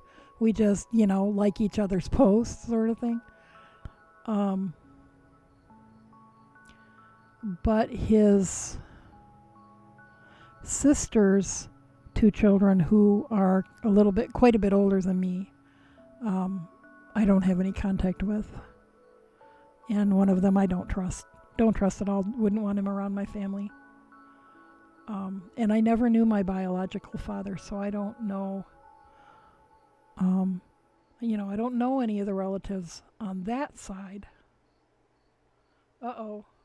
What's going on here? Okay. Phew. So that could have been a tragedy. Okay, why did Pretzel Rocks just pop up? You go back down there. Underneath, you belong. Okay.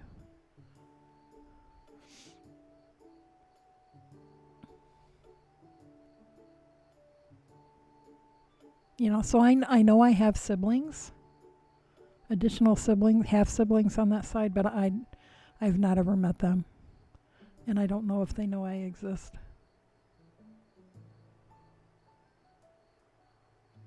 And the thought of trying to contact them just feels incredibly awkward at this point.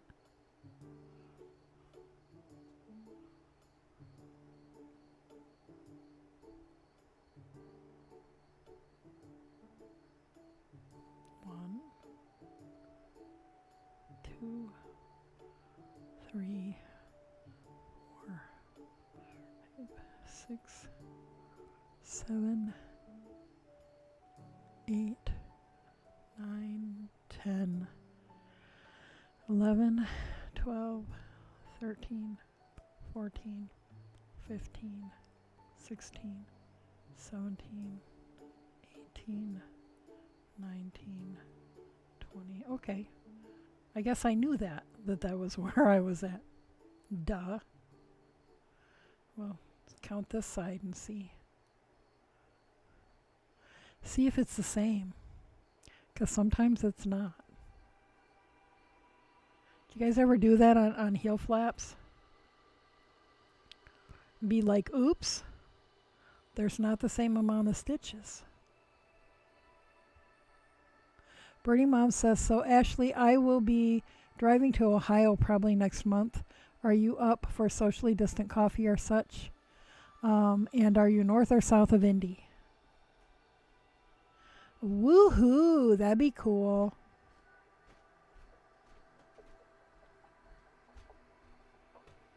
Okay, stop being tangled. Please. Okay, I guess we have some unwinding to do.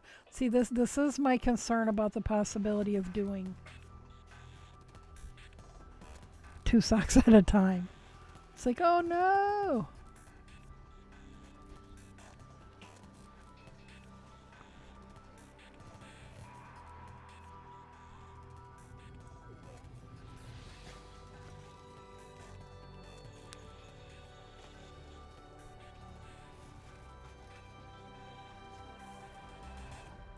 Nice.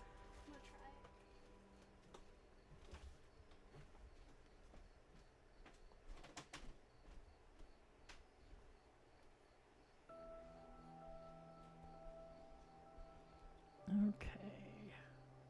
So then through here. And over there. Okay. We're good.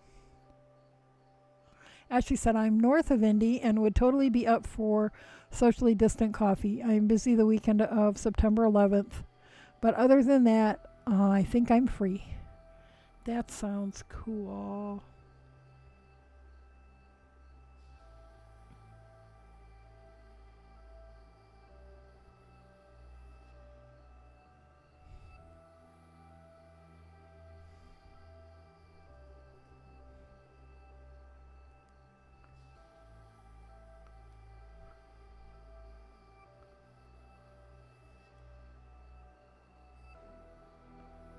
One, 2, 3, 4.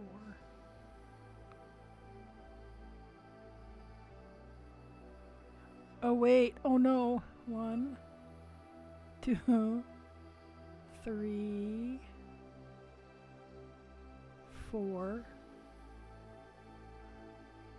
I got slide.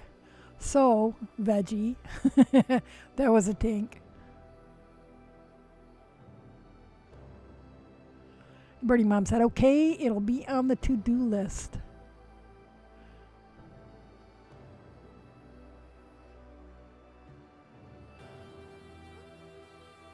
Yeah, it was. Because I forgot to slide my...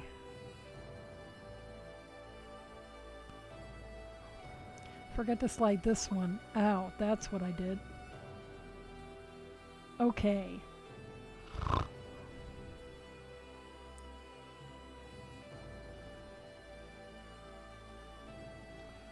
Ashley said, Birdie Mom, feel free to DM me in Discord. Oh, which reminds me, I have some DMs in Discord I need to respond to. Veggie said the answer to everything.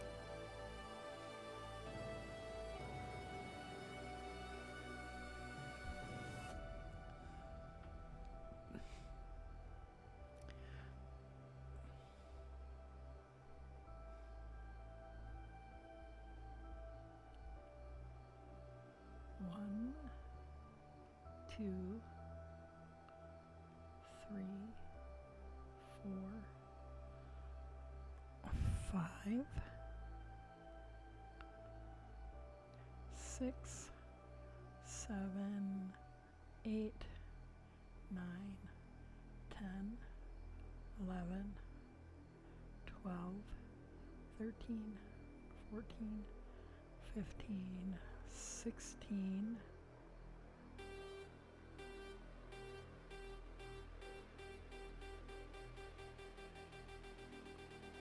17, 18, 19. I think I have more stitches on one side of the gusset than the other. So, but that does not worry me. I'll just keep doing decreases on the other side.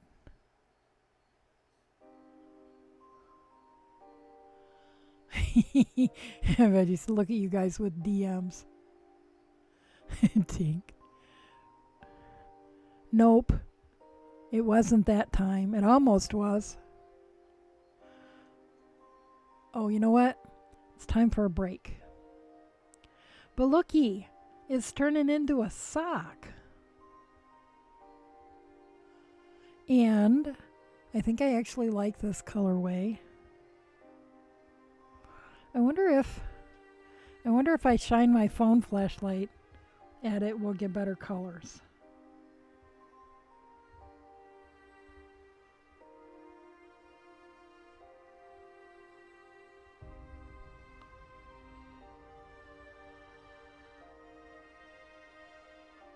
No, not really. It's still purple and orange, isn't it?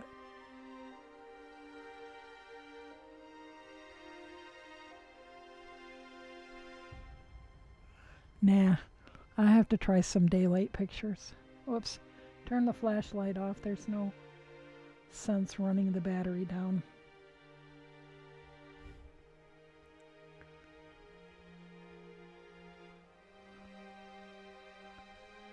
Well, thank you, Ashley. Thank you. I'm definitely getting the hang of this magic loop business. Sometimes I'm swearing at all of the excess cordage, and other times I'm really glad I have all the excess cordage. I'm kind of giving the side eye to the idea of doing 2 at a time. I'm going to have to do a lot more 1 at a time before I seriously contemplate that. But I think that 2 at a time maybe would be more manageable on 2 circulars, to be honest, but we'll see. But I think I have acclimated to Magic Loop a lot more quickly than I thought I would. So anyway, let's take a break so that I don't pee my pants, because, that'd be embarrassing. So I will put on the BRB and turn off the mic, and I'll see you guys. I'm going to run down and see if Richard's dryer is dry, if his clothes are dry in the dryer. So I may be a few more minutes than 10, but anyway, 10 minutes or a little more. See you guys then.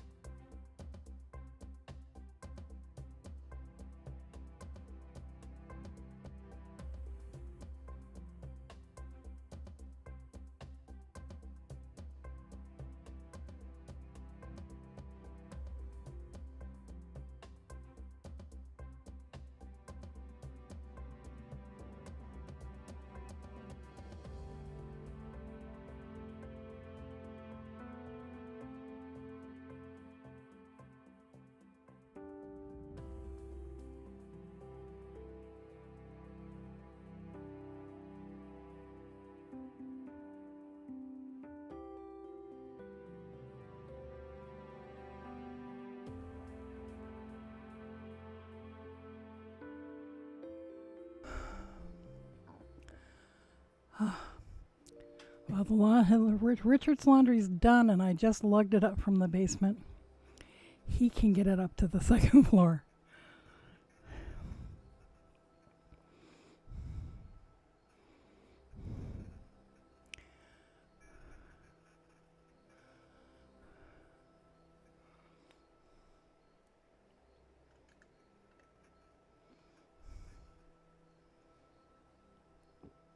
Ashley said, I figured out something that is helping me with my test anxiety. Yeah? That's cool.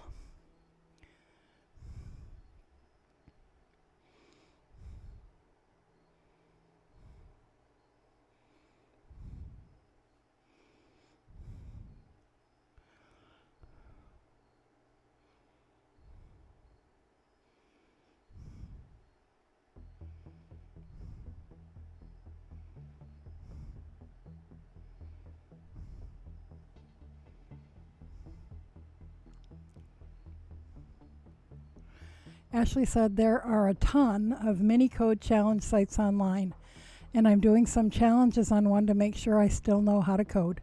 Cool. Just gotta convince those inner critics that they're wrong. Veggie said, also, I have my tracking notes. Does that mean the dog woke up?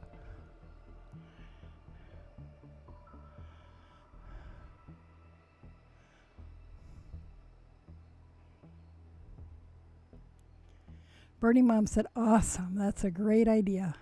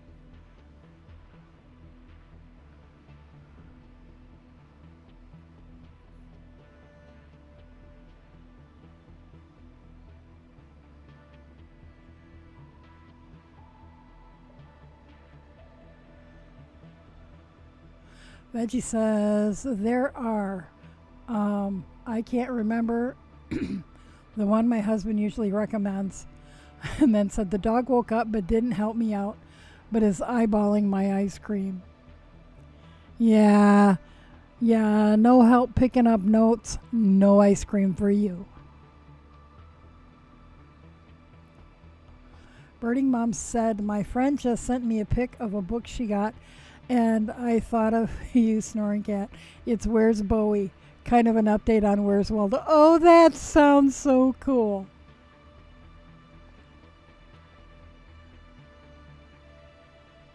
I betcha I could find the Bowie in any situation, because I am just such a Bowie nerd.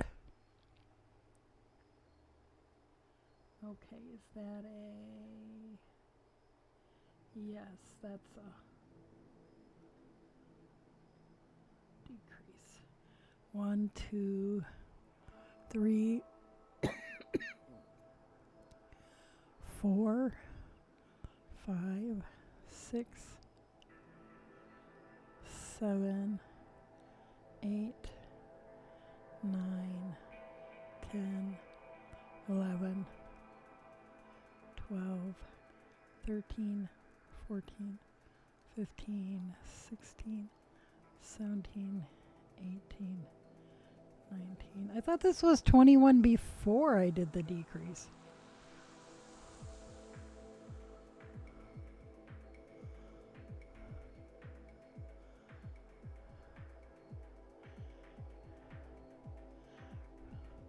And you know, I always loved how adults would always struggle to find Waldo in the pictures.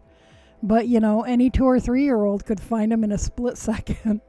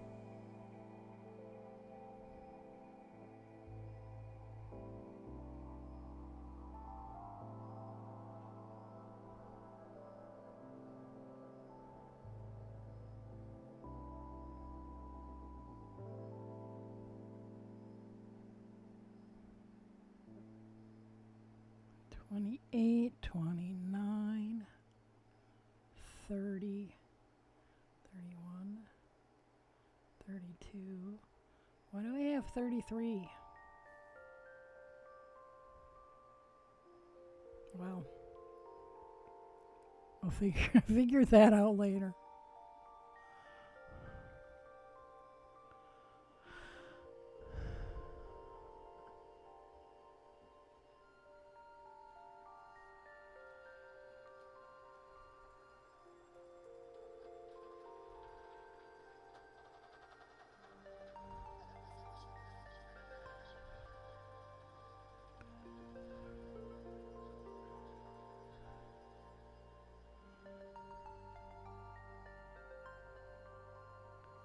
One,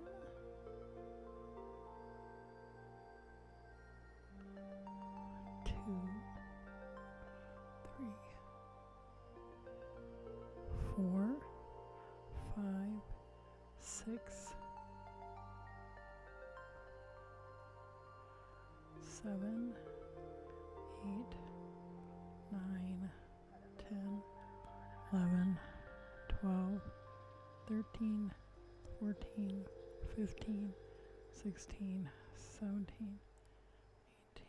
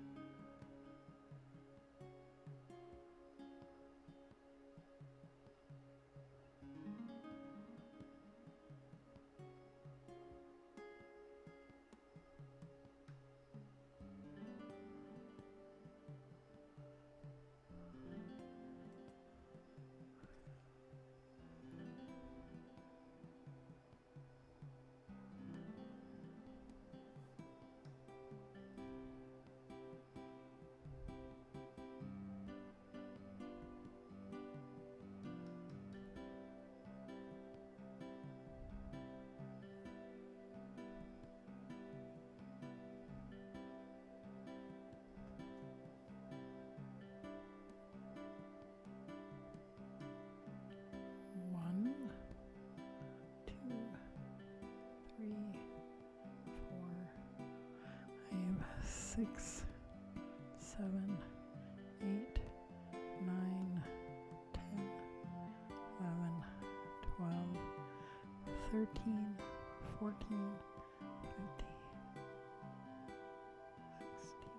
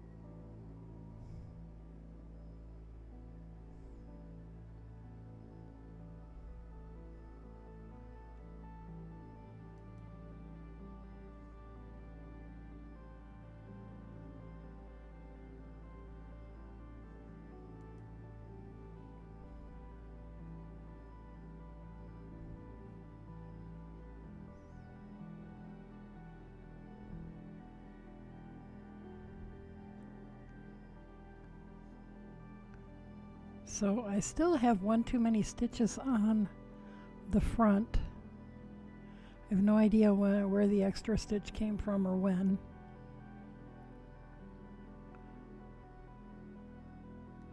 But I'm not too concerned.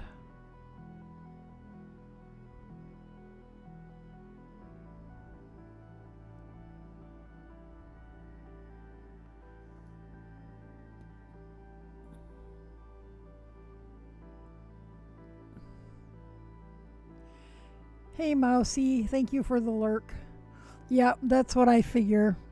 I'll do a knit two together on the next round.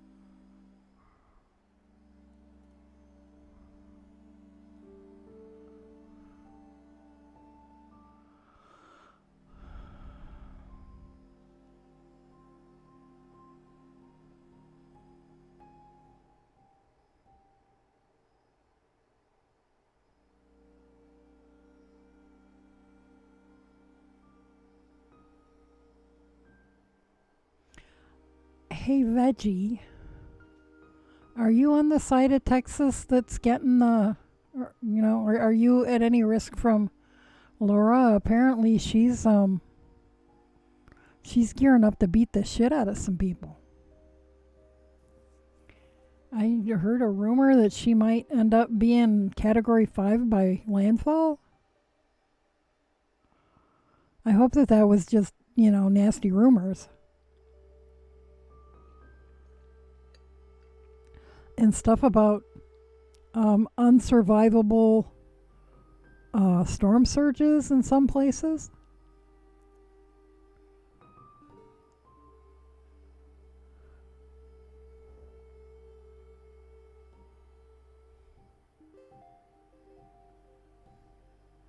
Seems like I remember that there was somebody from over on the Gulf side of Texas, but I don't remember if that was you or somebody else.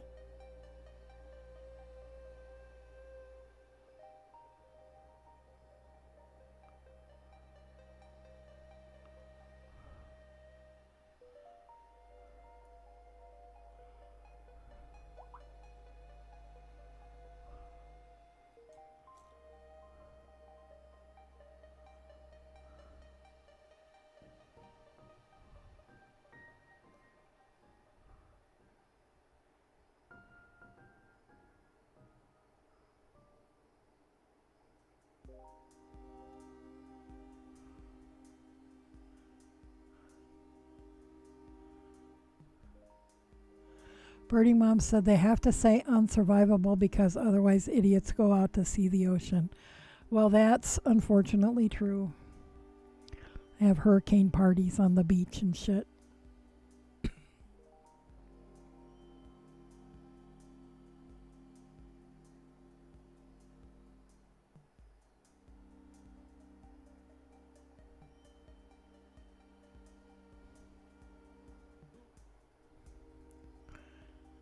I'm getting so tired of idiots.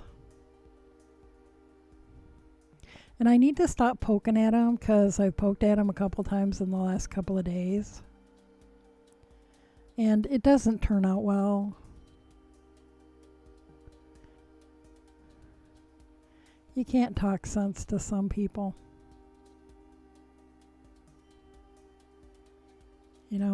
Using your own critical thinking skills only works if the person you're speaking to also engages critical thinking skills.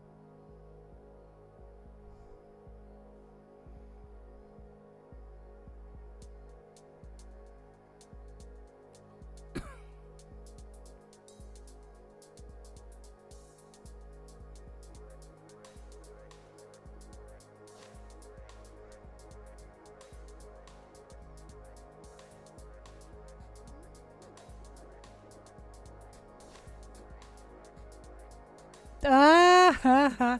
Birding Mom said, my favorite news story from today.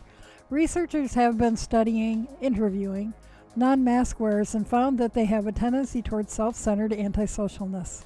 Well, duh. Can I get a research grant for the obvious? Yeah.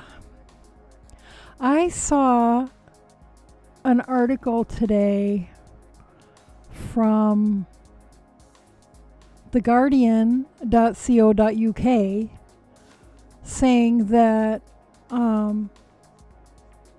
research has found the first case of reinfection of the coronavirus. And I'm like, excuse me? There have been reinfections reported this whole time. There were reinfections in China before it ever came here.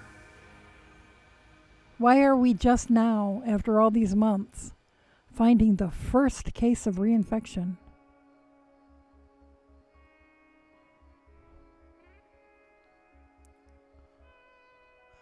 Veggie said, looking at it, we seem to be far enough from it. We're Central Texas area. Okay. Well, hopefully it won't rain jellyfish where you are. Because, ooh. That's a horror movie waiting to be made.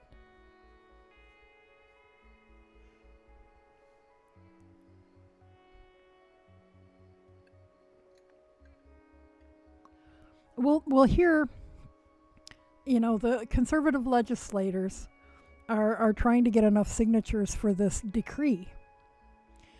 Birding Mom said, yeah, that seemed odd to me too, but it's how they define it. Or, how they spin the information. Veggie said, yeah, we might get jellyfish, then I'll play catch with Bauman. Yeah. Take pictures, or better yet, video. I want to see. I probably have nightmares, but I want to see. So I've been talking about this decree, that they're trying to... But the decree is apparently to strike down a law, and the wearing of masks and social distancing and restrictions on businesses isn't a law here in Pennsylvania. They're recommendations and guidelines. Now, however, if a restaurant is in violation of the guidelines, the health department can come in and shut them down, but that's the health department. That's not a law that the governor made or whatever. So anyway, so I was on this thread on Facebook about one of the legislators, talking about it, and all the responses are, pro this decree to shut the governor down, shut down the restrictions. And, so, I made my little, critically thought out response, and just have had my ass chewed now for 2 days. And at first it was just people clicking the laughing emoji. So basically laughing in my face. Well, then by this morning it had turned into all of these responses to me. Basically telling me what a fucking idiot I am, and if I can't see this and I can't see that, and they're just trying to ruin the state. The governor's already ruined the state. They're just trying to control us and shut down businesses. And I'm thinking, how does any of that benefit the state? You know, and I've said in a couple of places, how does wearing a mask benefit the people who are trying to control us? How does our wearing a mask benefit the people who have the cameras with facial recognition all over the place? Seems to me like that would benefit us and prevent our privacy from being violated. But whatever. But so then, you know, so I'm reading some of these because every other comment, and there are hundreds on this post, are all in favor of this decree. And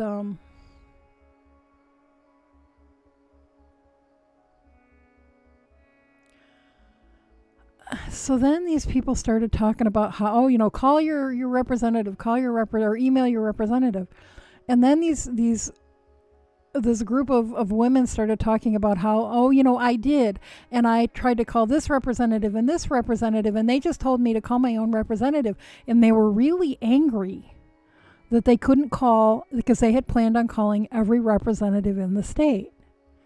And I said, each representative represents the constituency of the district in which he was elected. He or she was elected. That's whose opinions they're supposed to listen to. That's who they represent.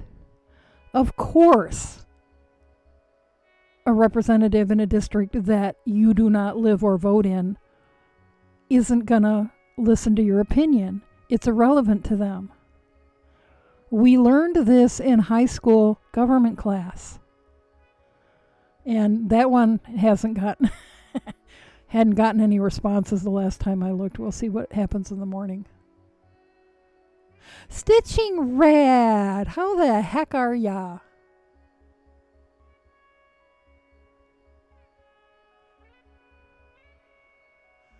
Haven't seen you in a while. How are things where you are? Things are absolutely freaking crazy where I am. And people are stupid. You know, not any of you lovely people here. The people on my Facebook make me afraid for humanity. Birdie Mom said, LOL, no, they didn't learn nothing in high school. That's for sure. And, you know, we shouldn't listen to scientists. And we should never listen to doctors. Veggie says, oh, no, I'm stupid. No, you're not.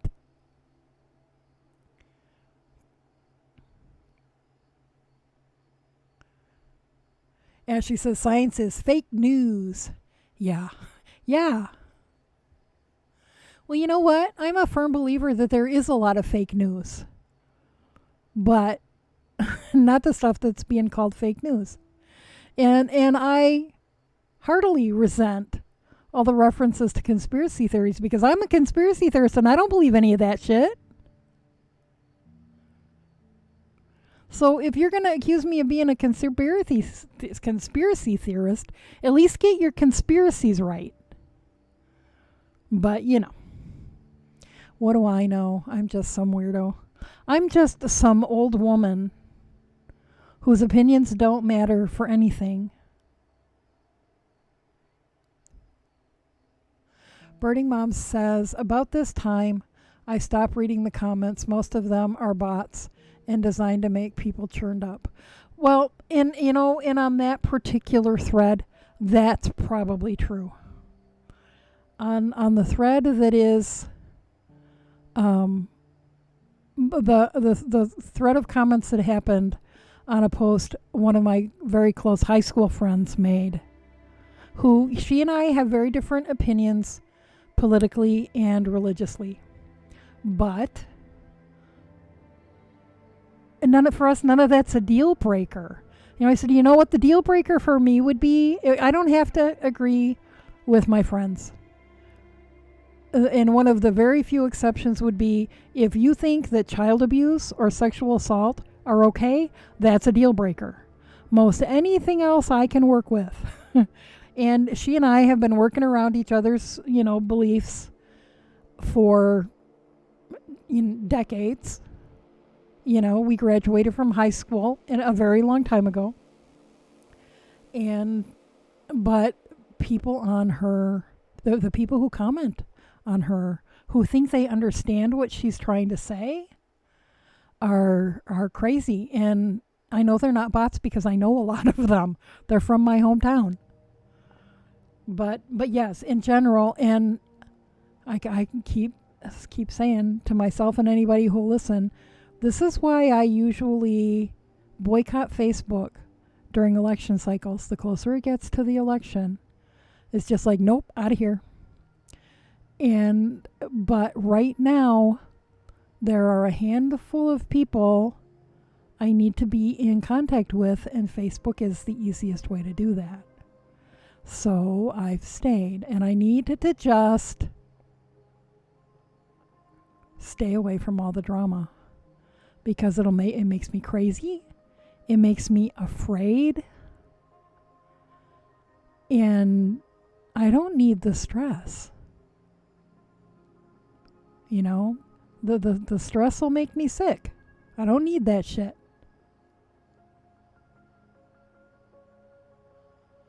So yeah, I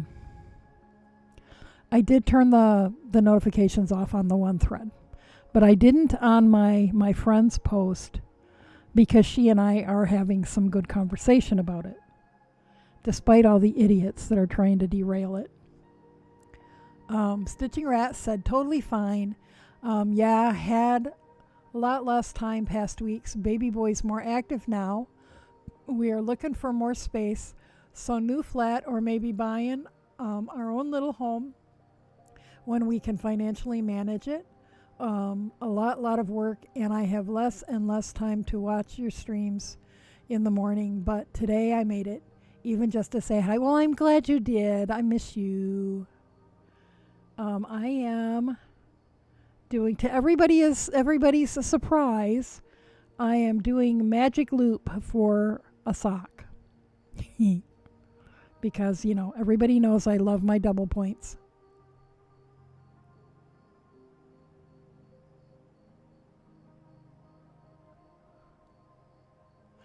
Ashley said I've been blocked or have blocked most of the people from my hometown.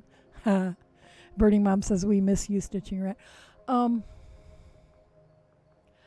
I haven't blocked anybody. I even have a couple of exes. I even have a couple of questionable exes on my Facebook.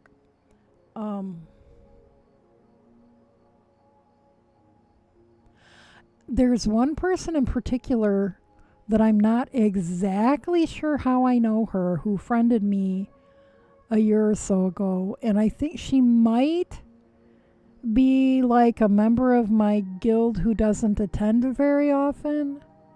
I think there's something about weaving, but I'm not exactly sure. But it used to seem like the things we posted had a lot in common, and now all of a sudden she's just this, rip-roaring, get rid of the governor, he's fucking everything up, pardon my language.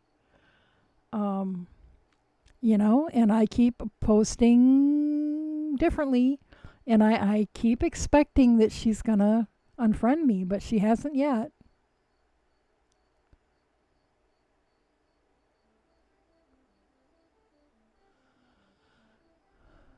Well, no, there's nothing up with my double points. They're right here. I love them.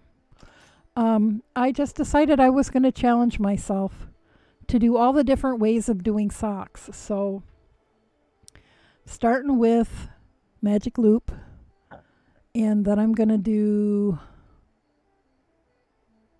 I bought a different brand of 9-inch circular. I bought the one that got the best reviews, so I'm going to see if that makes a difference and whether or not I like 9-inch circulars.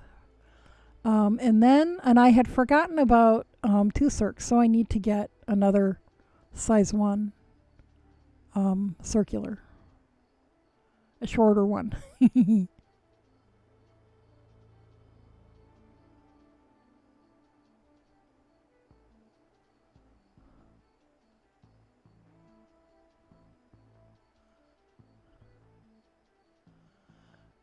Veggie said it was me. Oh, excuse me. Sorry, I've been drinking Pepsi during my stream tonight.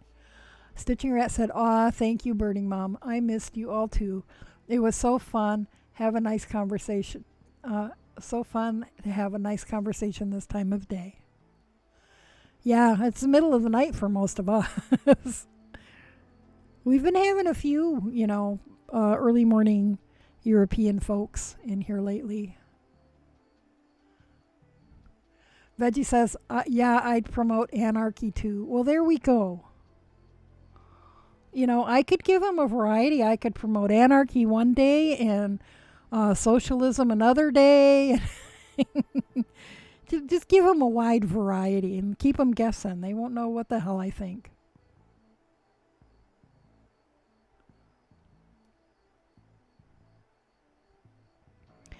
But this two-party system that we have, just in my opinion, doesn't really work.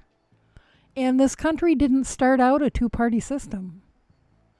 We actually had presidents a long time ago who were neither Democrats or Republicans.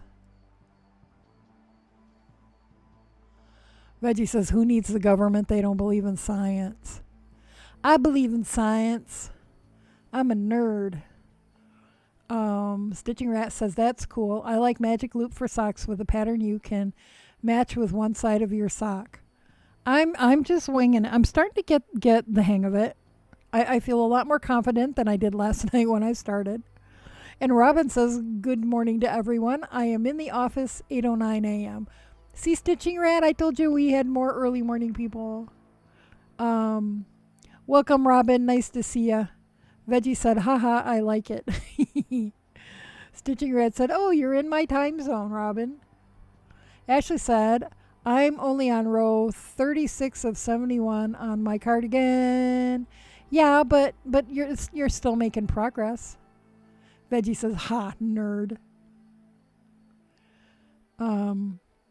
Ashley said, well, on this part, thank you for following Teal Thibault. Thank you very much for the follow. Veggie said halfway, and then, hey, Robin.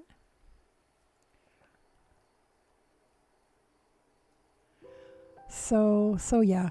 Yeah, politics just piss me off because it's just a big circus. And I don't trust anybody who has the resources and backing to get to the presidential level. I don't trust any of them. It's corrupt on all sides. And apart from Trump, who is an outlier, I mean, he's not a politician, and he proves it every day. All the rest of them, regardless of what party they claim, they're all buddies. They socialize together. They all get along just fine in real life. What they show us in front of the cameras is all theater. And, like I warned you, I'm a conspiracy theorist. And I think the elections have been rigged for a very long time. They don't even go out of their way to hide it, some elections.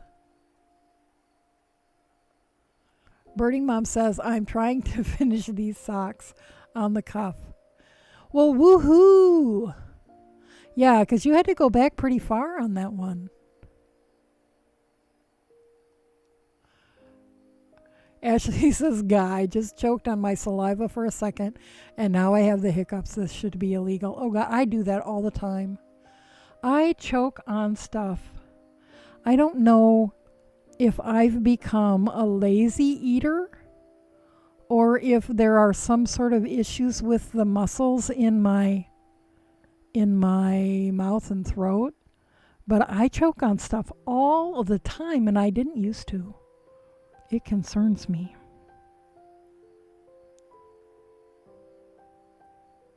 Stitching Rat said, oh, I hate finish toe-up socks. I never can manage to get the cuff stretchy enough. I used to struggle with that. I have gotten better. I can finally get, I bind off or cast off or whatever you want to call it so loosely that I think it looks ridiculous, but it'll stretch far enough, and once I've worn them a time or two, it stops looking ridiculous. It just sort of balances in. Birding Mom said yes. Oh, yeah, but you're almost done, and then you can start the next. Ashley said maybe you have a goiter. And maybe the next time I go to the doctor, I should ask her to feel around there and feel if anything feels suspicious. Veggie suggests very pink knits, very stretchy bind off. So go search the pink lady. The pink lady. Oh, simple stretchy bind off. Very pink knits on YouTube. Stitching Rat said maybe I should try that and hope for the best. Yeah, there. I've seen several different stretchy bind-offs. I finally just have come to the point where I just do my regular one. I just do it, almost sloppy loose. And I don't know that I would do that if it was something I was going to sell. But for me, I don't care. It works.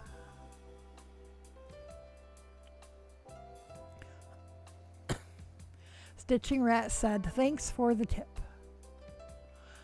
Birding Mom said, I use Lori's stretchy bind off, and if I have issues with the cuff, I either go up a needle size or increase the stitch count.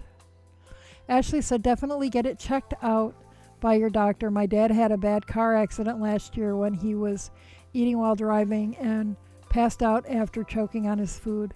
He has choked on food for years, and it was finally at the worst time. Wow. Yeah. Well, and goiter is related to thyroid, isn't it? Has to do with like iodine and stuff. Because my body has always acted like my thyroid is low, but I always test within the normal range. So yeah, maybe I should have that looked at. Or am I misremembering and they're not related? I can't remember. Stitching Rat says, sorry, on my phone to watch won't let me type properly. That's okay, Stitching Rat. We are all familiar with that phenomenon. 1, 2, 3, 4, 5, 6, 7, 8, 9, 10, 11, 12, 13, 14, 15, 16, 17, 18. Why does it always seem like I'm on either 21 or 19? They don't ever seem to go away. Ashley said the regular tests aren't always conclusive. See if you can get further tests for your thyroid, that is. Yeah, you know what the problem is, though, is that I have to pay for all that out of pocket. Because, I have no insurance. Unless something in the insurance world changes in the next year or so, which I'm not holding my breath. Ashley said, my grandma has had thyroid issues for years, but was always told she never did because her test said she had no issues. Veggie said it's like you are just knitting in circles. Yeah, that's kind of a thing with with socks. Oh, but with the number counts, yeah, it's like what the heck? It's like I'm in a time warp.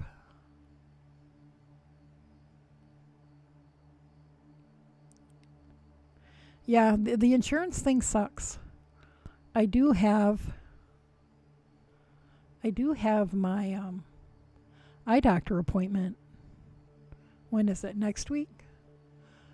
Oh man, Ashley still has the hiccups. I hate that. Usually for like, I don't know, the last 30 years, I'll hiccup once. And that's it, just once. It's like, what the hell? Because when I was younger, I would get them and then get them really hard for a long time. Whoops, that's not the calendar. Where's the calendar? So, yeah, this coming Tuesday, I finally get to go to the eye doctor. I was supposed to go in March. I was finally able to get an appointment. And, of course, that's all out of pocket. Of course, my eyes are weird. My prescriptions are expensive. So I have what I hope is too much money in the bank. And so I'm hoping there'll be money left. And I can maybe order some more yarn or roving or something. Veggie said it's just a jump to the left. That's right.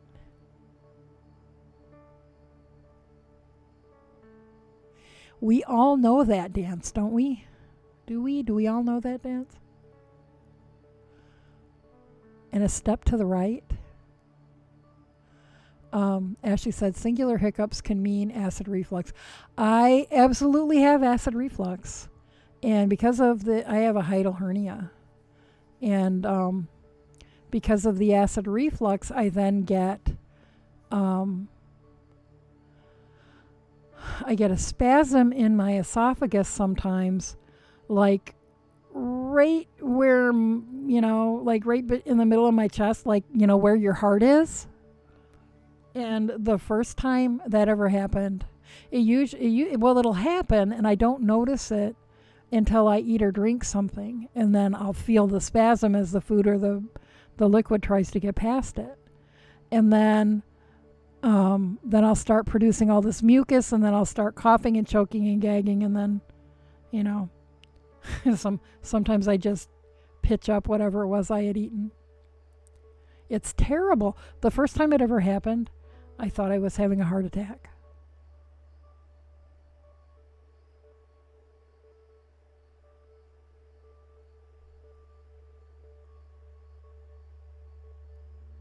Birding Mom said you didn't look at VSP. Did I miss something?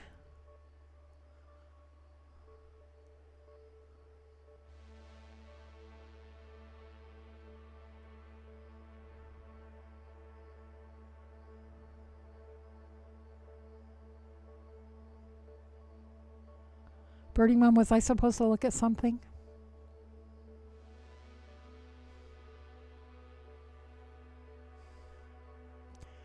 Because, I'm a dork.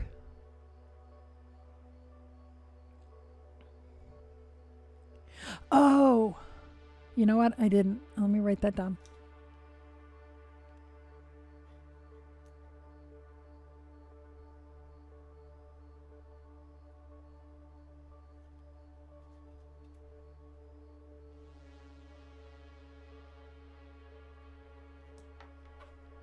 Yep, I will look at that after I get off a stream. In theory. But it's written down now, so the chances have increased. Oh, I was supposed to count these. 1, 2, 3, 4, 5, 6, 7, 8, 9, 10, 12, 13, 14.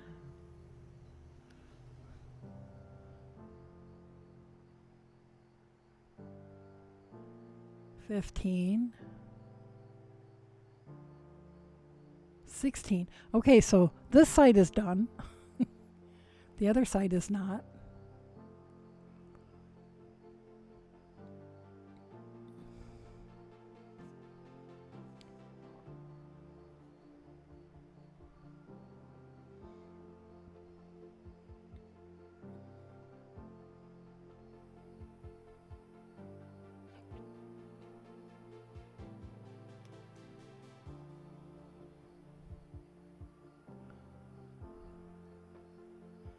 Yeah, I was sitting here thinking, what if they offered the executive chef to position to Richard? That'd be salary and have insurance. But he wouldn't, I don't think he'd take it. It's too much stress.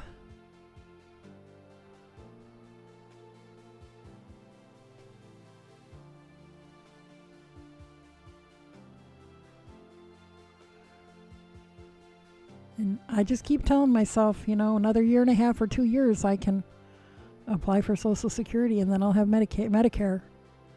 Assuming, we still have Social Security and Medicare at that point.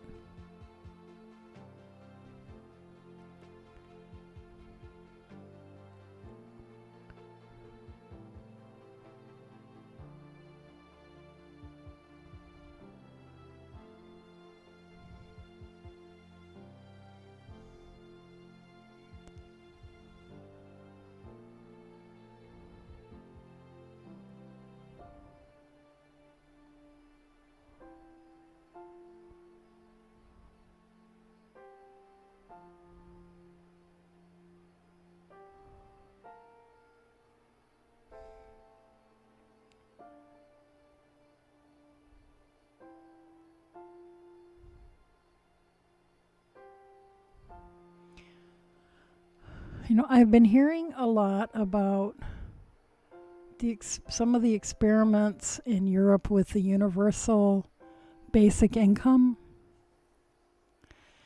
And so I Googled, and apparently several states over the decades have experimented with that. But I don't think it was the same thing because it was just select groups of people.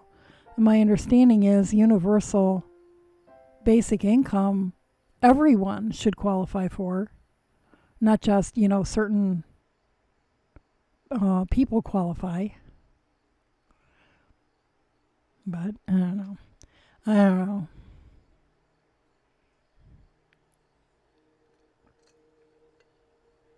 Because apparently, I'm a sheep.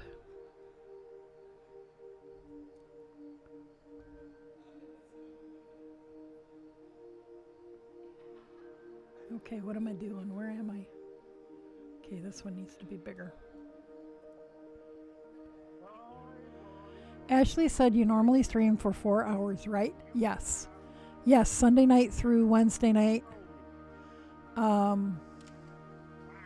usually go till 3 a.m. 3 a.m. our time. Because you're Eastern time, right?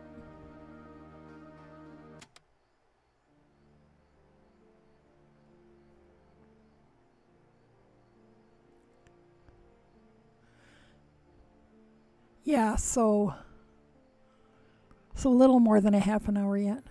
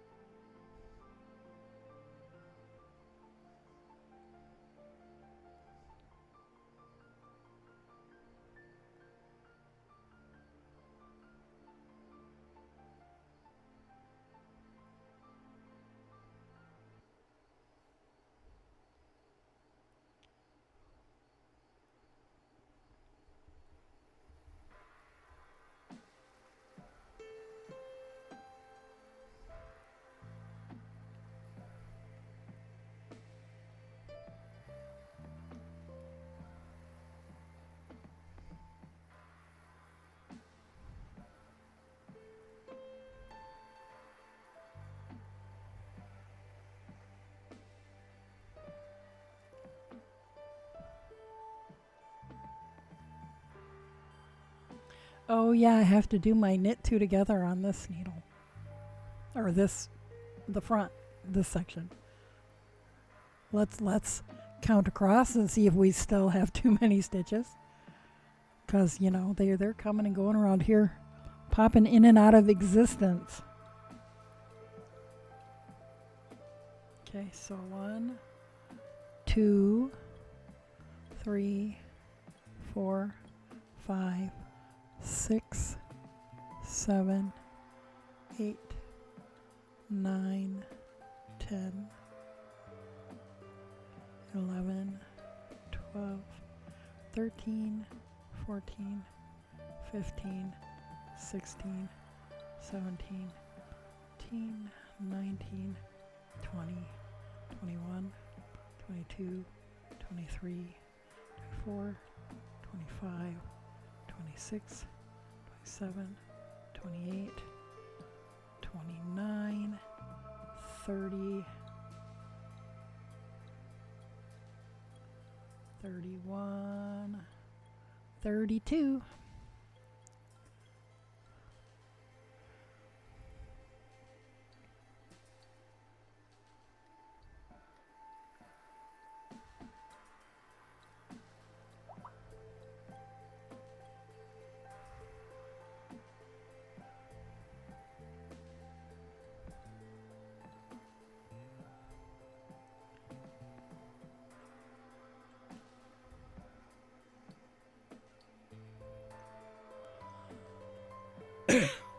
Robin says, I have to go now. See you all and have a nice night.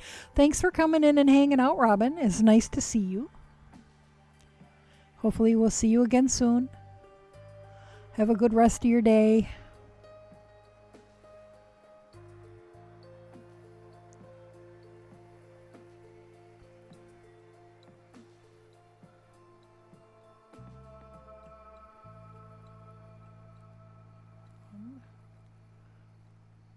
Two, 3, 4, 5, 6, 7, 8, 9, 10, 11, 12, 13, 14, 15, 16, 17, 18, 19.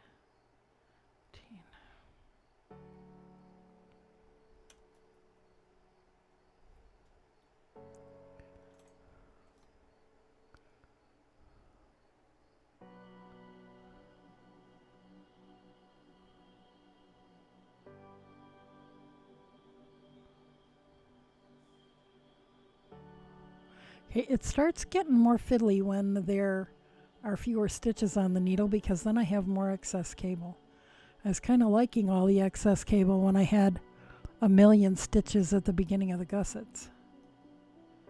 But now it's a little more cumbersome.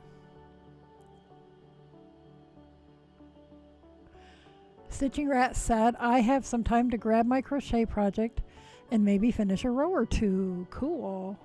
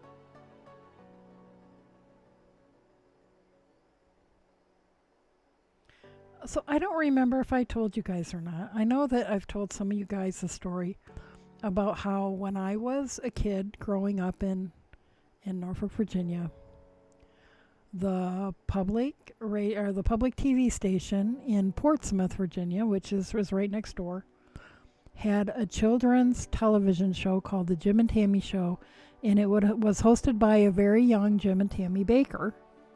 And any of you who are old enough to have been paying attention in the 80s might remember their huge scandal on the Christian Broadcasting Network, I think it was called, on cable.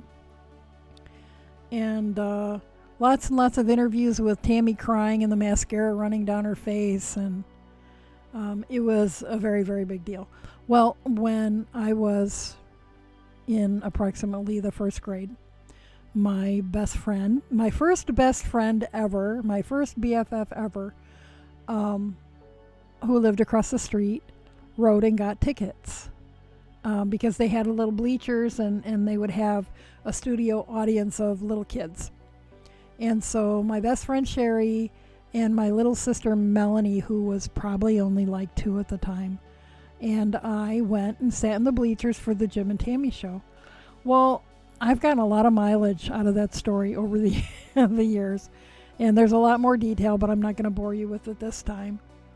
So I hadn't heard from Sherry since, like, I don't know, 1972 or 73. You know, her family moved back to Florida because they were Navy too.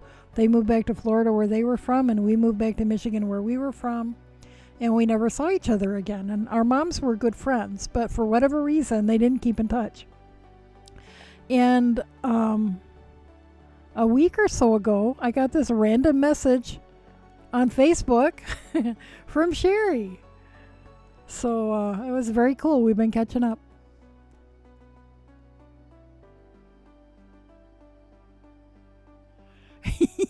Birding Mom says, how could you miss their meltdown and Tammy with those spiders glued to her eyelids? Exactly. But you know, when they were so squeaky clean because they were young, you know, when they had their children's show. I think I recall there being a remark about Jim being 30 and Tammy was in her like mid-20s and about him being an older man.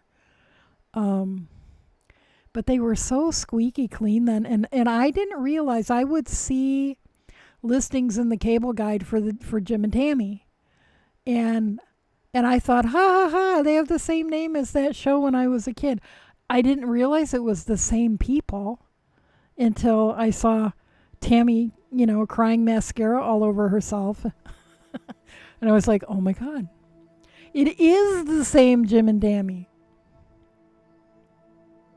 It's like, I met them when I was like 6 or 7.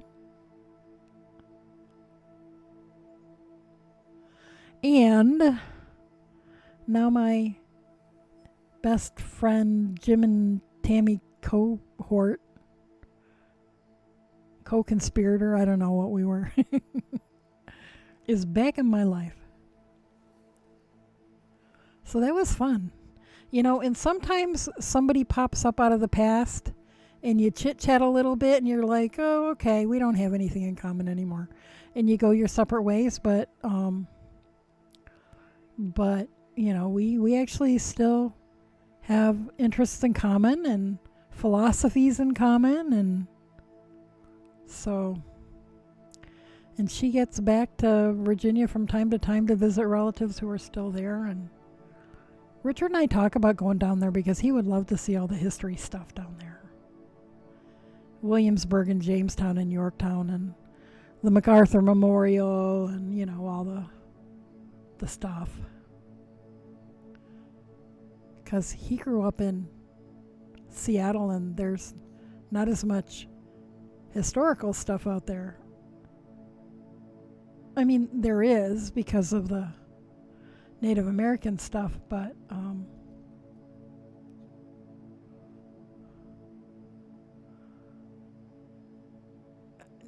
I guess what I mean is like there's not as many places to go and things to see in regard to history. because the state of Washington is like 85 years younger than the state of Pennsylvania, and the state of Pennsylvania is younger than the state of, well, the Commonwealth of Pennsylvania is younger than the Commonwealth of Virginia.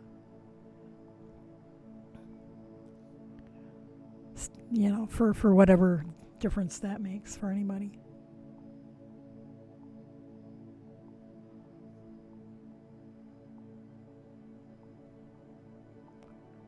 Whoops. 1,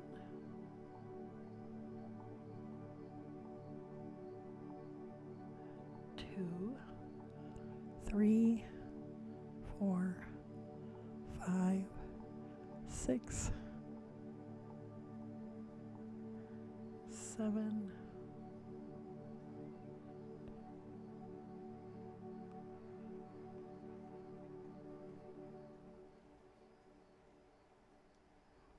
'Whoops, I stopped counting. Birding Mom said you have colonial history, which is not on the West Coast. Yes, but you have, yes, different history. But he is very, very interested in all of that colonial history and such. And now he's been to Gettysburg, where I have not. I've lived in Pennsylvania for 20 years and I haven't been to Gettysburg. But I grew up going to Jamestown and Williamsburg and Yorktown and, you know, all that stuff. And he's envious. Ashley says, I still have these freaking hiccups. Well, just stop.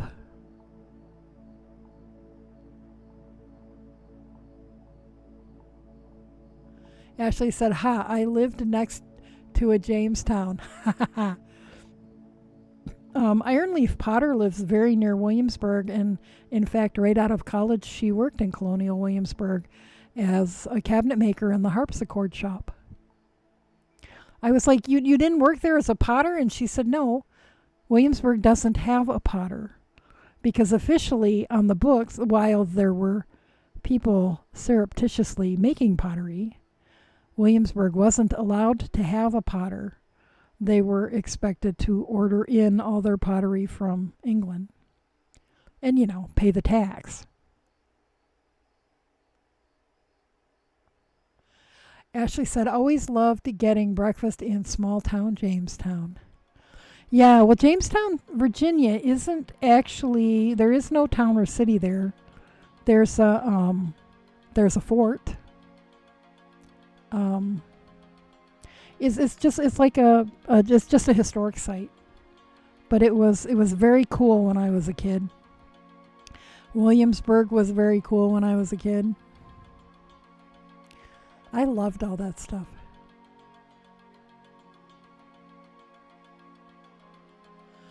Stitching Rat asked, did you try taking a sip of milk, Ashley?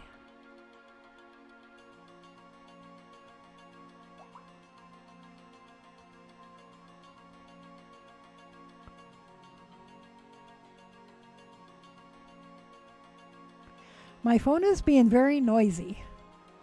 Ashley says, I can't have dairy. I'm sorry. My phone, why is the flashlight still on? I turned it off. That was a long time ago. You guys remember me turning the flashlight off?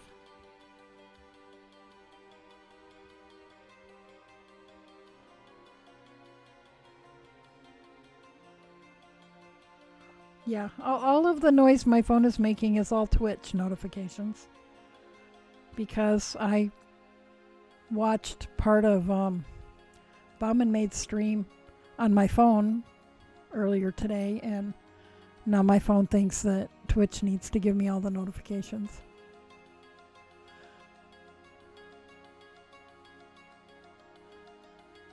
Birding Mom says, hold your breath while drinking a glass of water and counting to 20.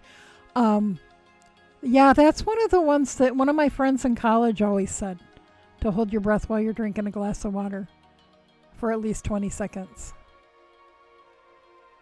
And there was one about holding your nose, but I suppose that'd be the same thing. Hold your nose while you're drinking the glass of water. Veggie says, shh, the flashlight is listening. It probably is. Cortana's probably listening on my computer too.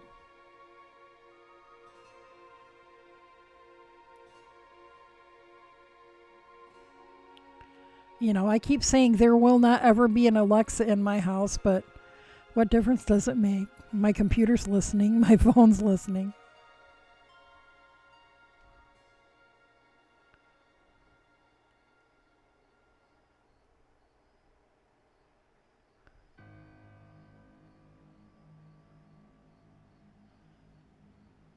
Ashley said the sound of your voice when you said that was a long time ago made me laugh. I don't know why. Glad that I could provide some endorphins. Yeah, I'm coming to the realization that a lot of things in my life were a long time ago.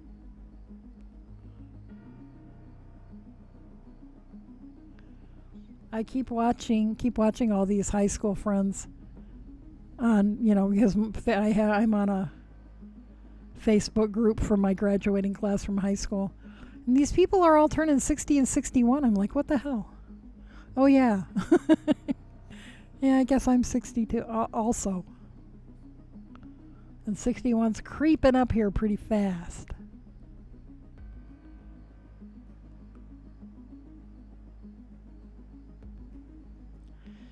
But most of them look like somebody's grandparents, and I don't think I do. Maybe I do. But I mean, some of them look, like my grandparents looked when I was a kid.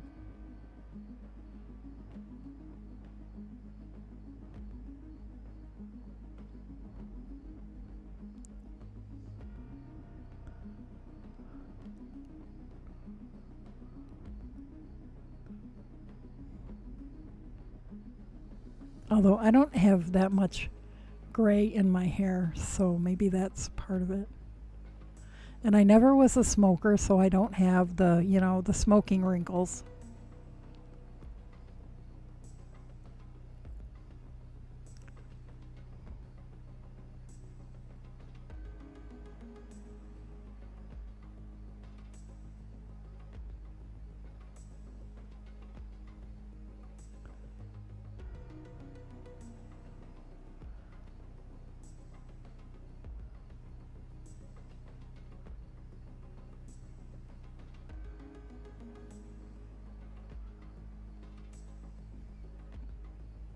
Or maybe I'm just lying to myself. That could be.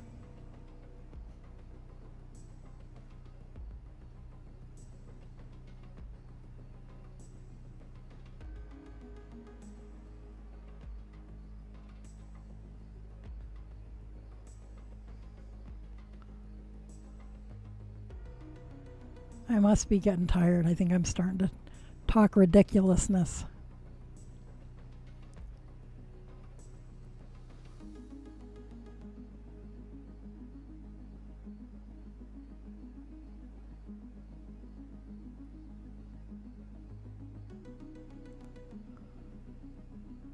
Birdie Mom says, no, we look like spring chicks. Well, you do.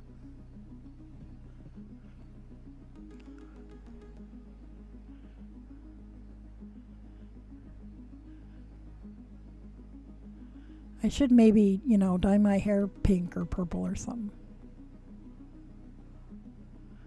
But see, I don't know if that'd make me look like a spring chick or just make me look like an older woman who's trying too hard.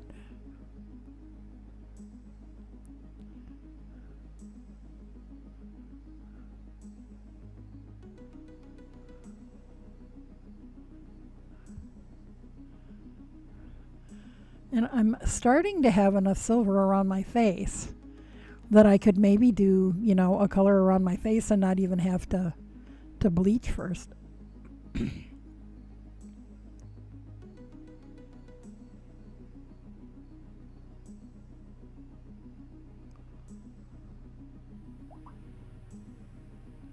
Birdie Mom says it's the pink hair. No one thinks old ladies do that.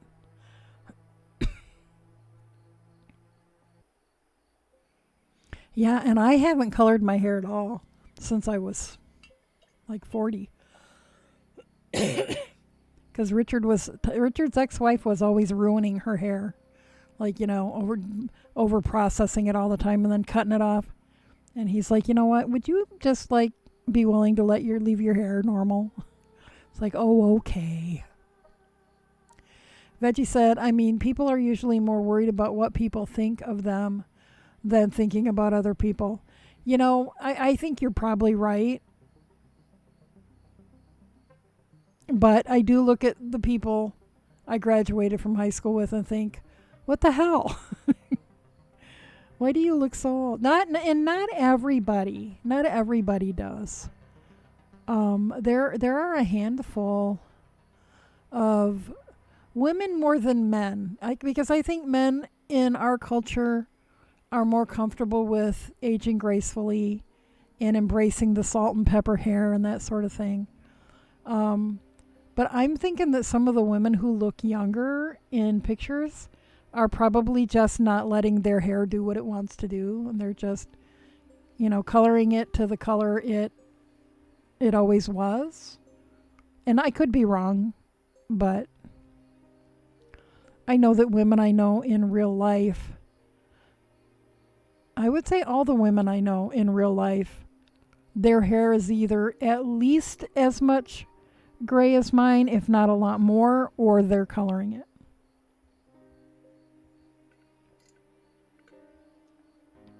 Or having it colored.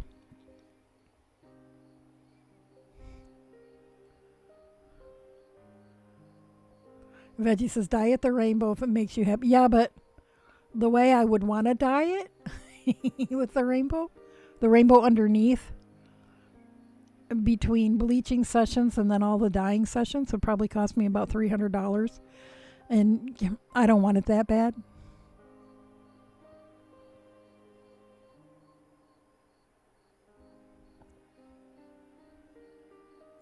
Veggie says, no, but.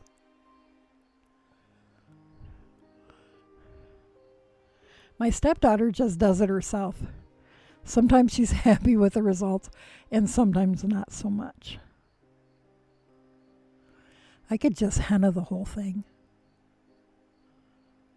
And then the silver would just look like highlights.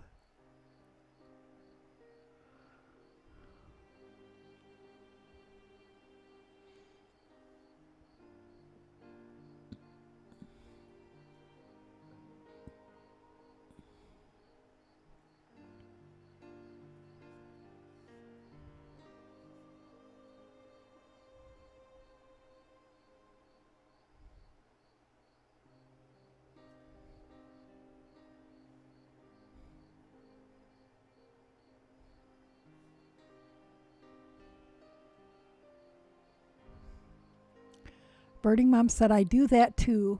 A lot of my classmates look old, like little gray haired grandparents. And of course, being from California, I have a few that have so much work done and are trying to be 20. And we are all, look, we went to school with you. We know how old you are. Exactly. And you know what I thought was hilarious? My stepdaughter's mother made a new Facebook page after they moved out to Oregon. And she claims that her birth date is 10 years younger than she really is. She looks like hell. Nobody's going to buy that. But, she's trying to pick up men. She wants to be somebody's sugar mama.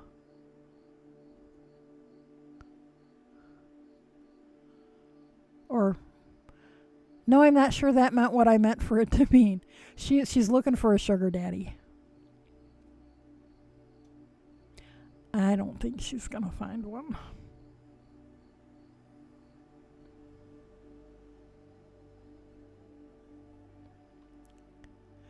But yeah, seriously, we all went to school together, so, we all know.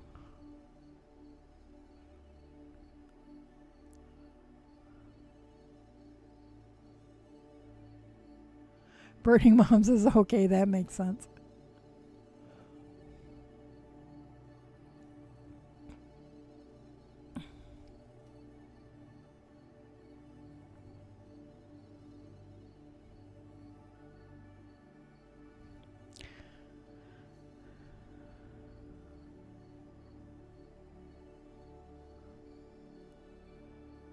Oh, so the stepdaughter's beau, who had so much promise, turns out after she had spent a few weekends with him, it was mostly lies. He's pretty toxic and controlling, and he is gone.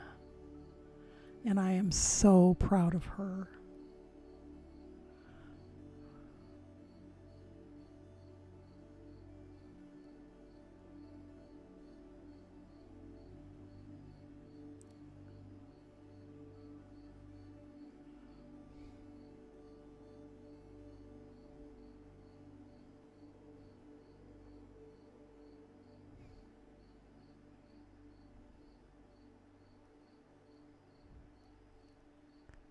Yeah, fishing and hunting boyfriend.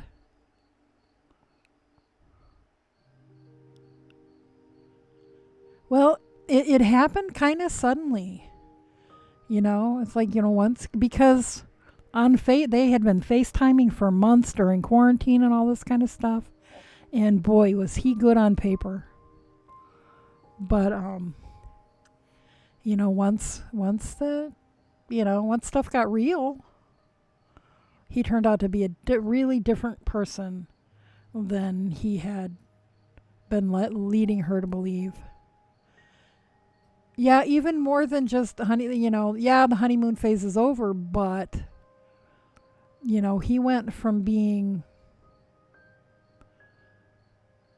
I don't know. I mean, the only times I've ever seen this big of a disconnect between new relationship energy and the real thing has been with psychopaths slash narcissists, people of that ilk. And he was trying to control her, and she was having none of it. Birding Mom says good for her. Yeah, I'm so proud of her.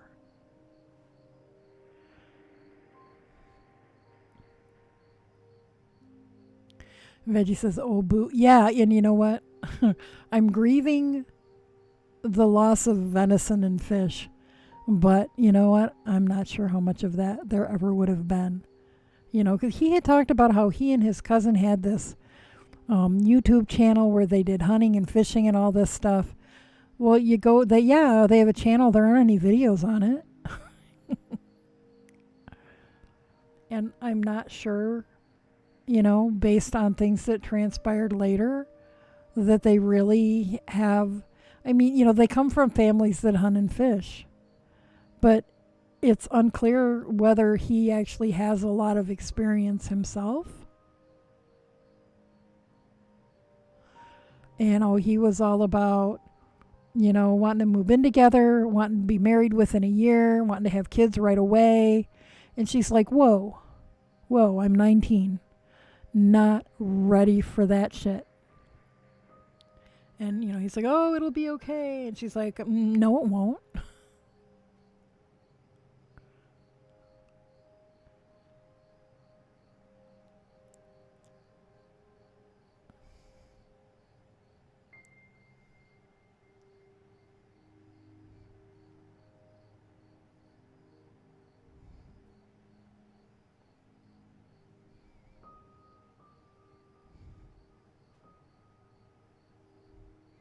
But there were things, the better she got to know him, there started to be things that reminded her of her mother. And I'm glad that she could recognize that, because I had a number of relationships with people in my youth who I eventually realized reminded me very much of my stepfather, but I couldn't see it at the time. And I'm so very proud of her for being able to get herself to a place emotionally where she was willing to look at that and admit it.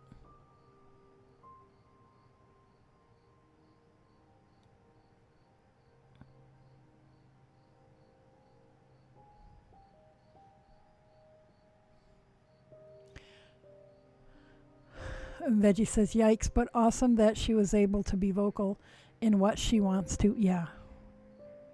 Yeah.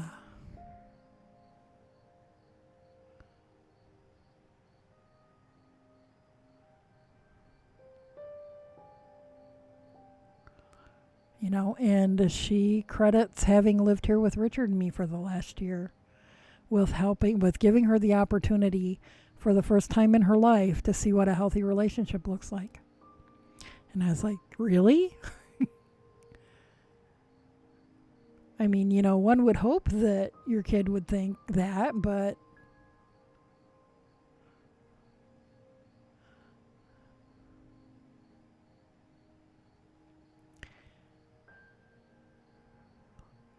yeah, I don't know how she turned out so well, given, how she grew up. And with all the years that her mother played us all against each other. She spent years thinking that we didn't care about her and didn't want anything to do with her, while at the same time her mother was telling us that she didn't want anything to do with us.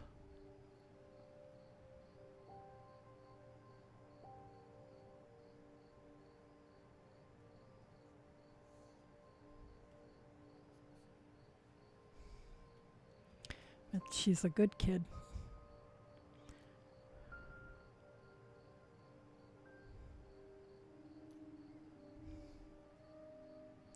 I wish that she hadn't had to develop all the street smarts that she has. I wish she had better options in her life. But at the same time, I'm glad that she has those street smarts.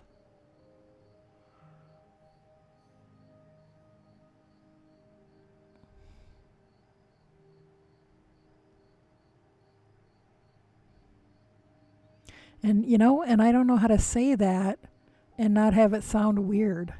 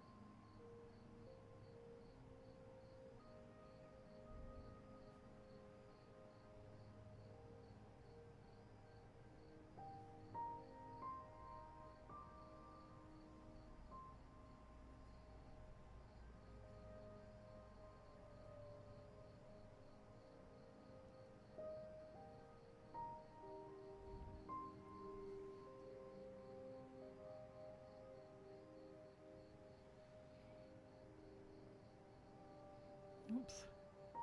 1, 2, 3, 4, 5, 6, 7,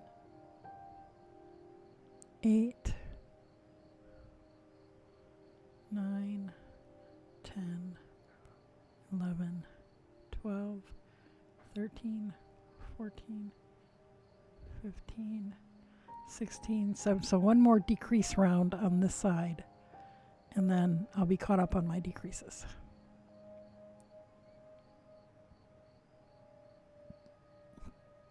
And it's a couple of minutes after 3, but I'm gonna keep going till I get that last decrease round done.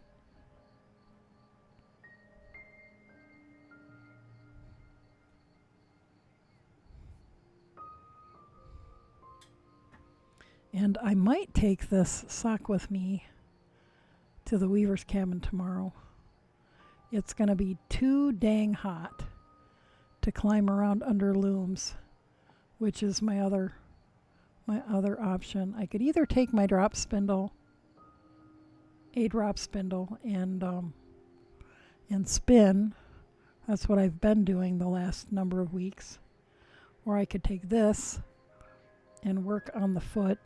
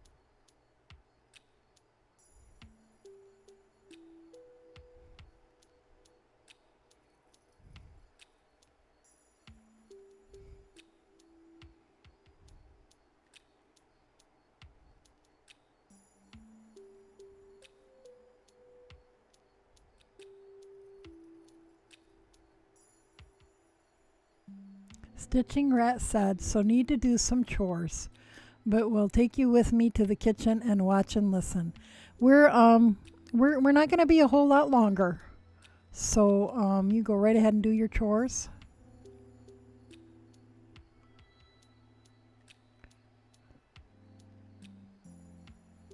Ashley said, and I'm going to log off for the night, need some food, and then need to go to sleep. Yeah, once I get that last decrease round done, I'm gonna go find some food and then get ready for bed too. So good night, Ashley.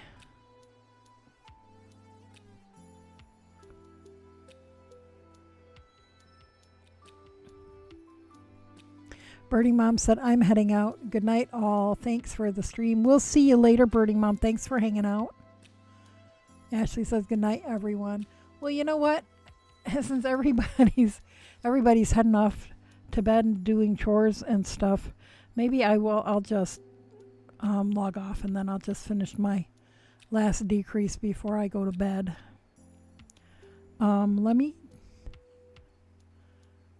And Veggie says, good night, Birding Mom. Let me look and see if there's anybody to... Oh, there's a bunch of people. Oh, Mousy is knitting.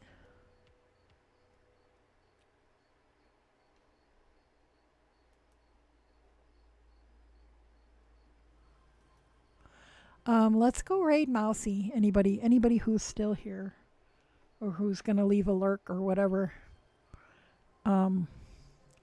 And then I'll be here. Tomorrow night's my short night, so I'll be here from 11 p.m. Eastern Time till about 2 a.m. Eastern Time, so that I can get an extra hour of sleep before I have to go to work Friday morning.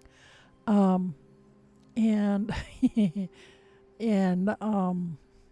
so barring any unforeseen circumstances, I will still be working on...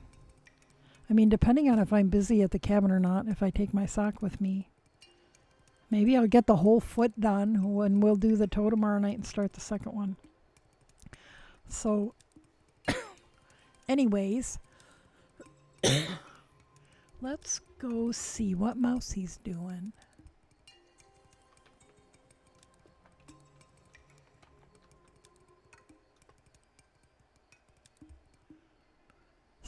So y'all say hi and give Mousy some love.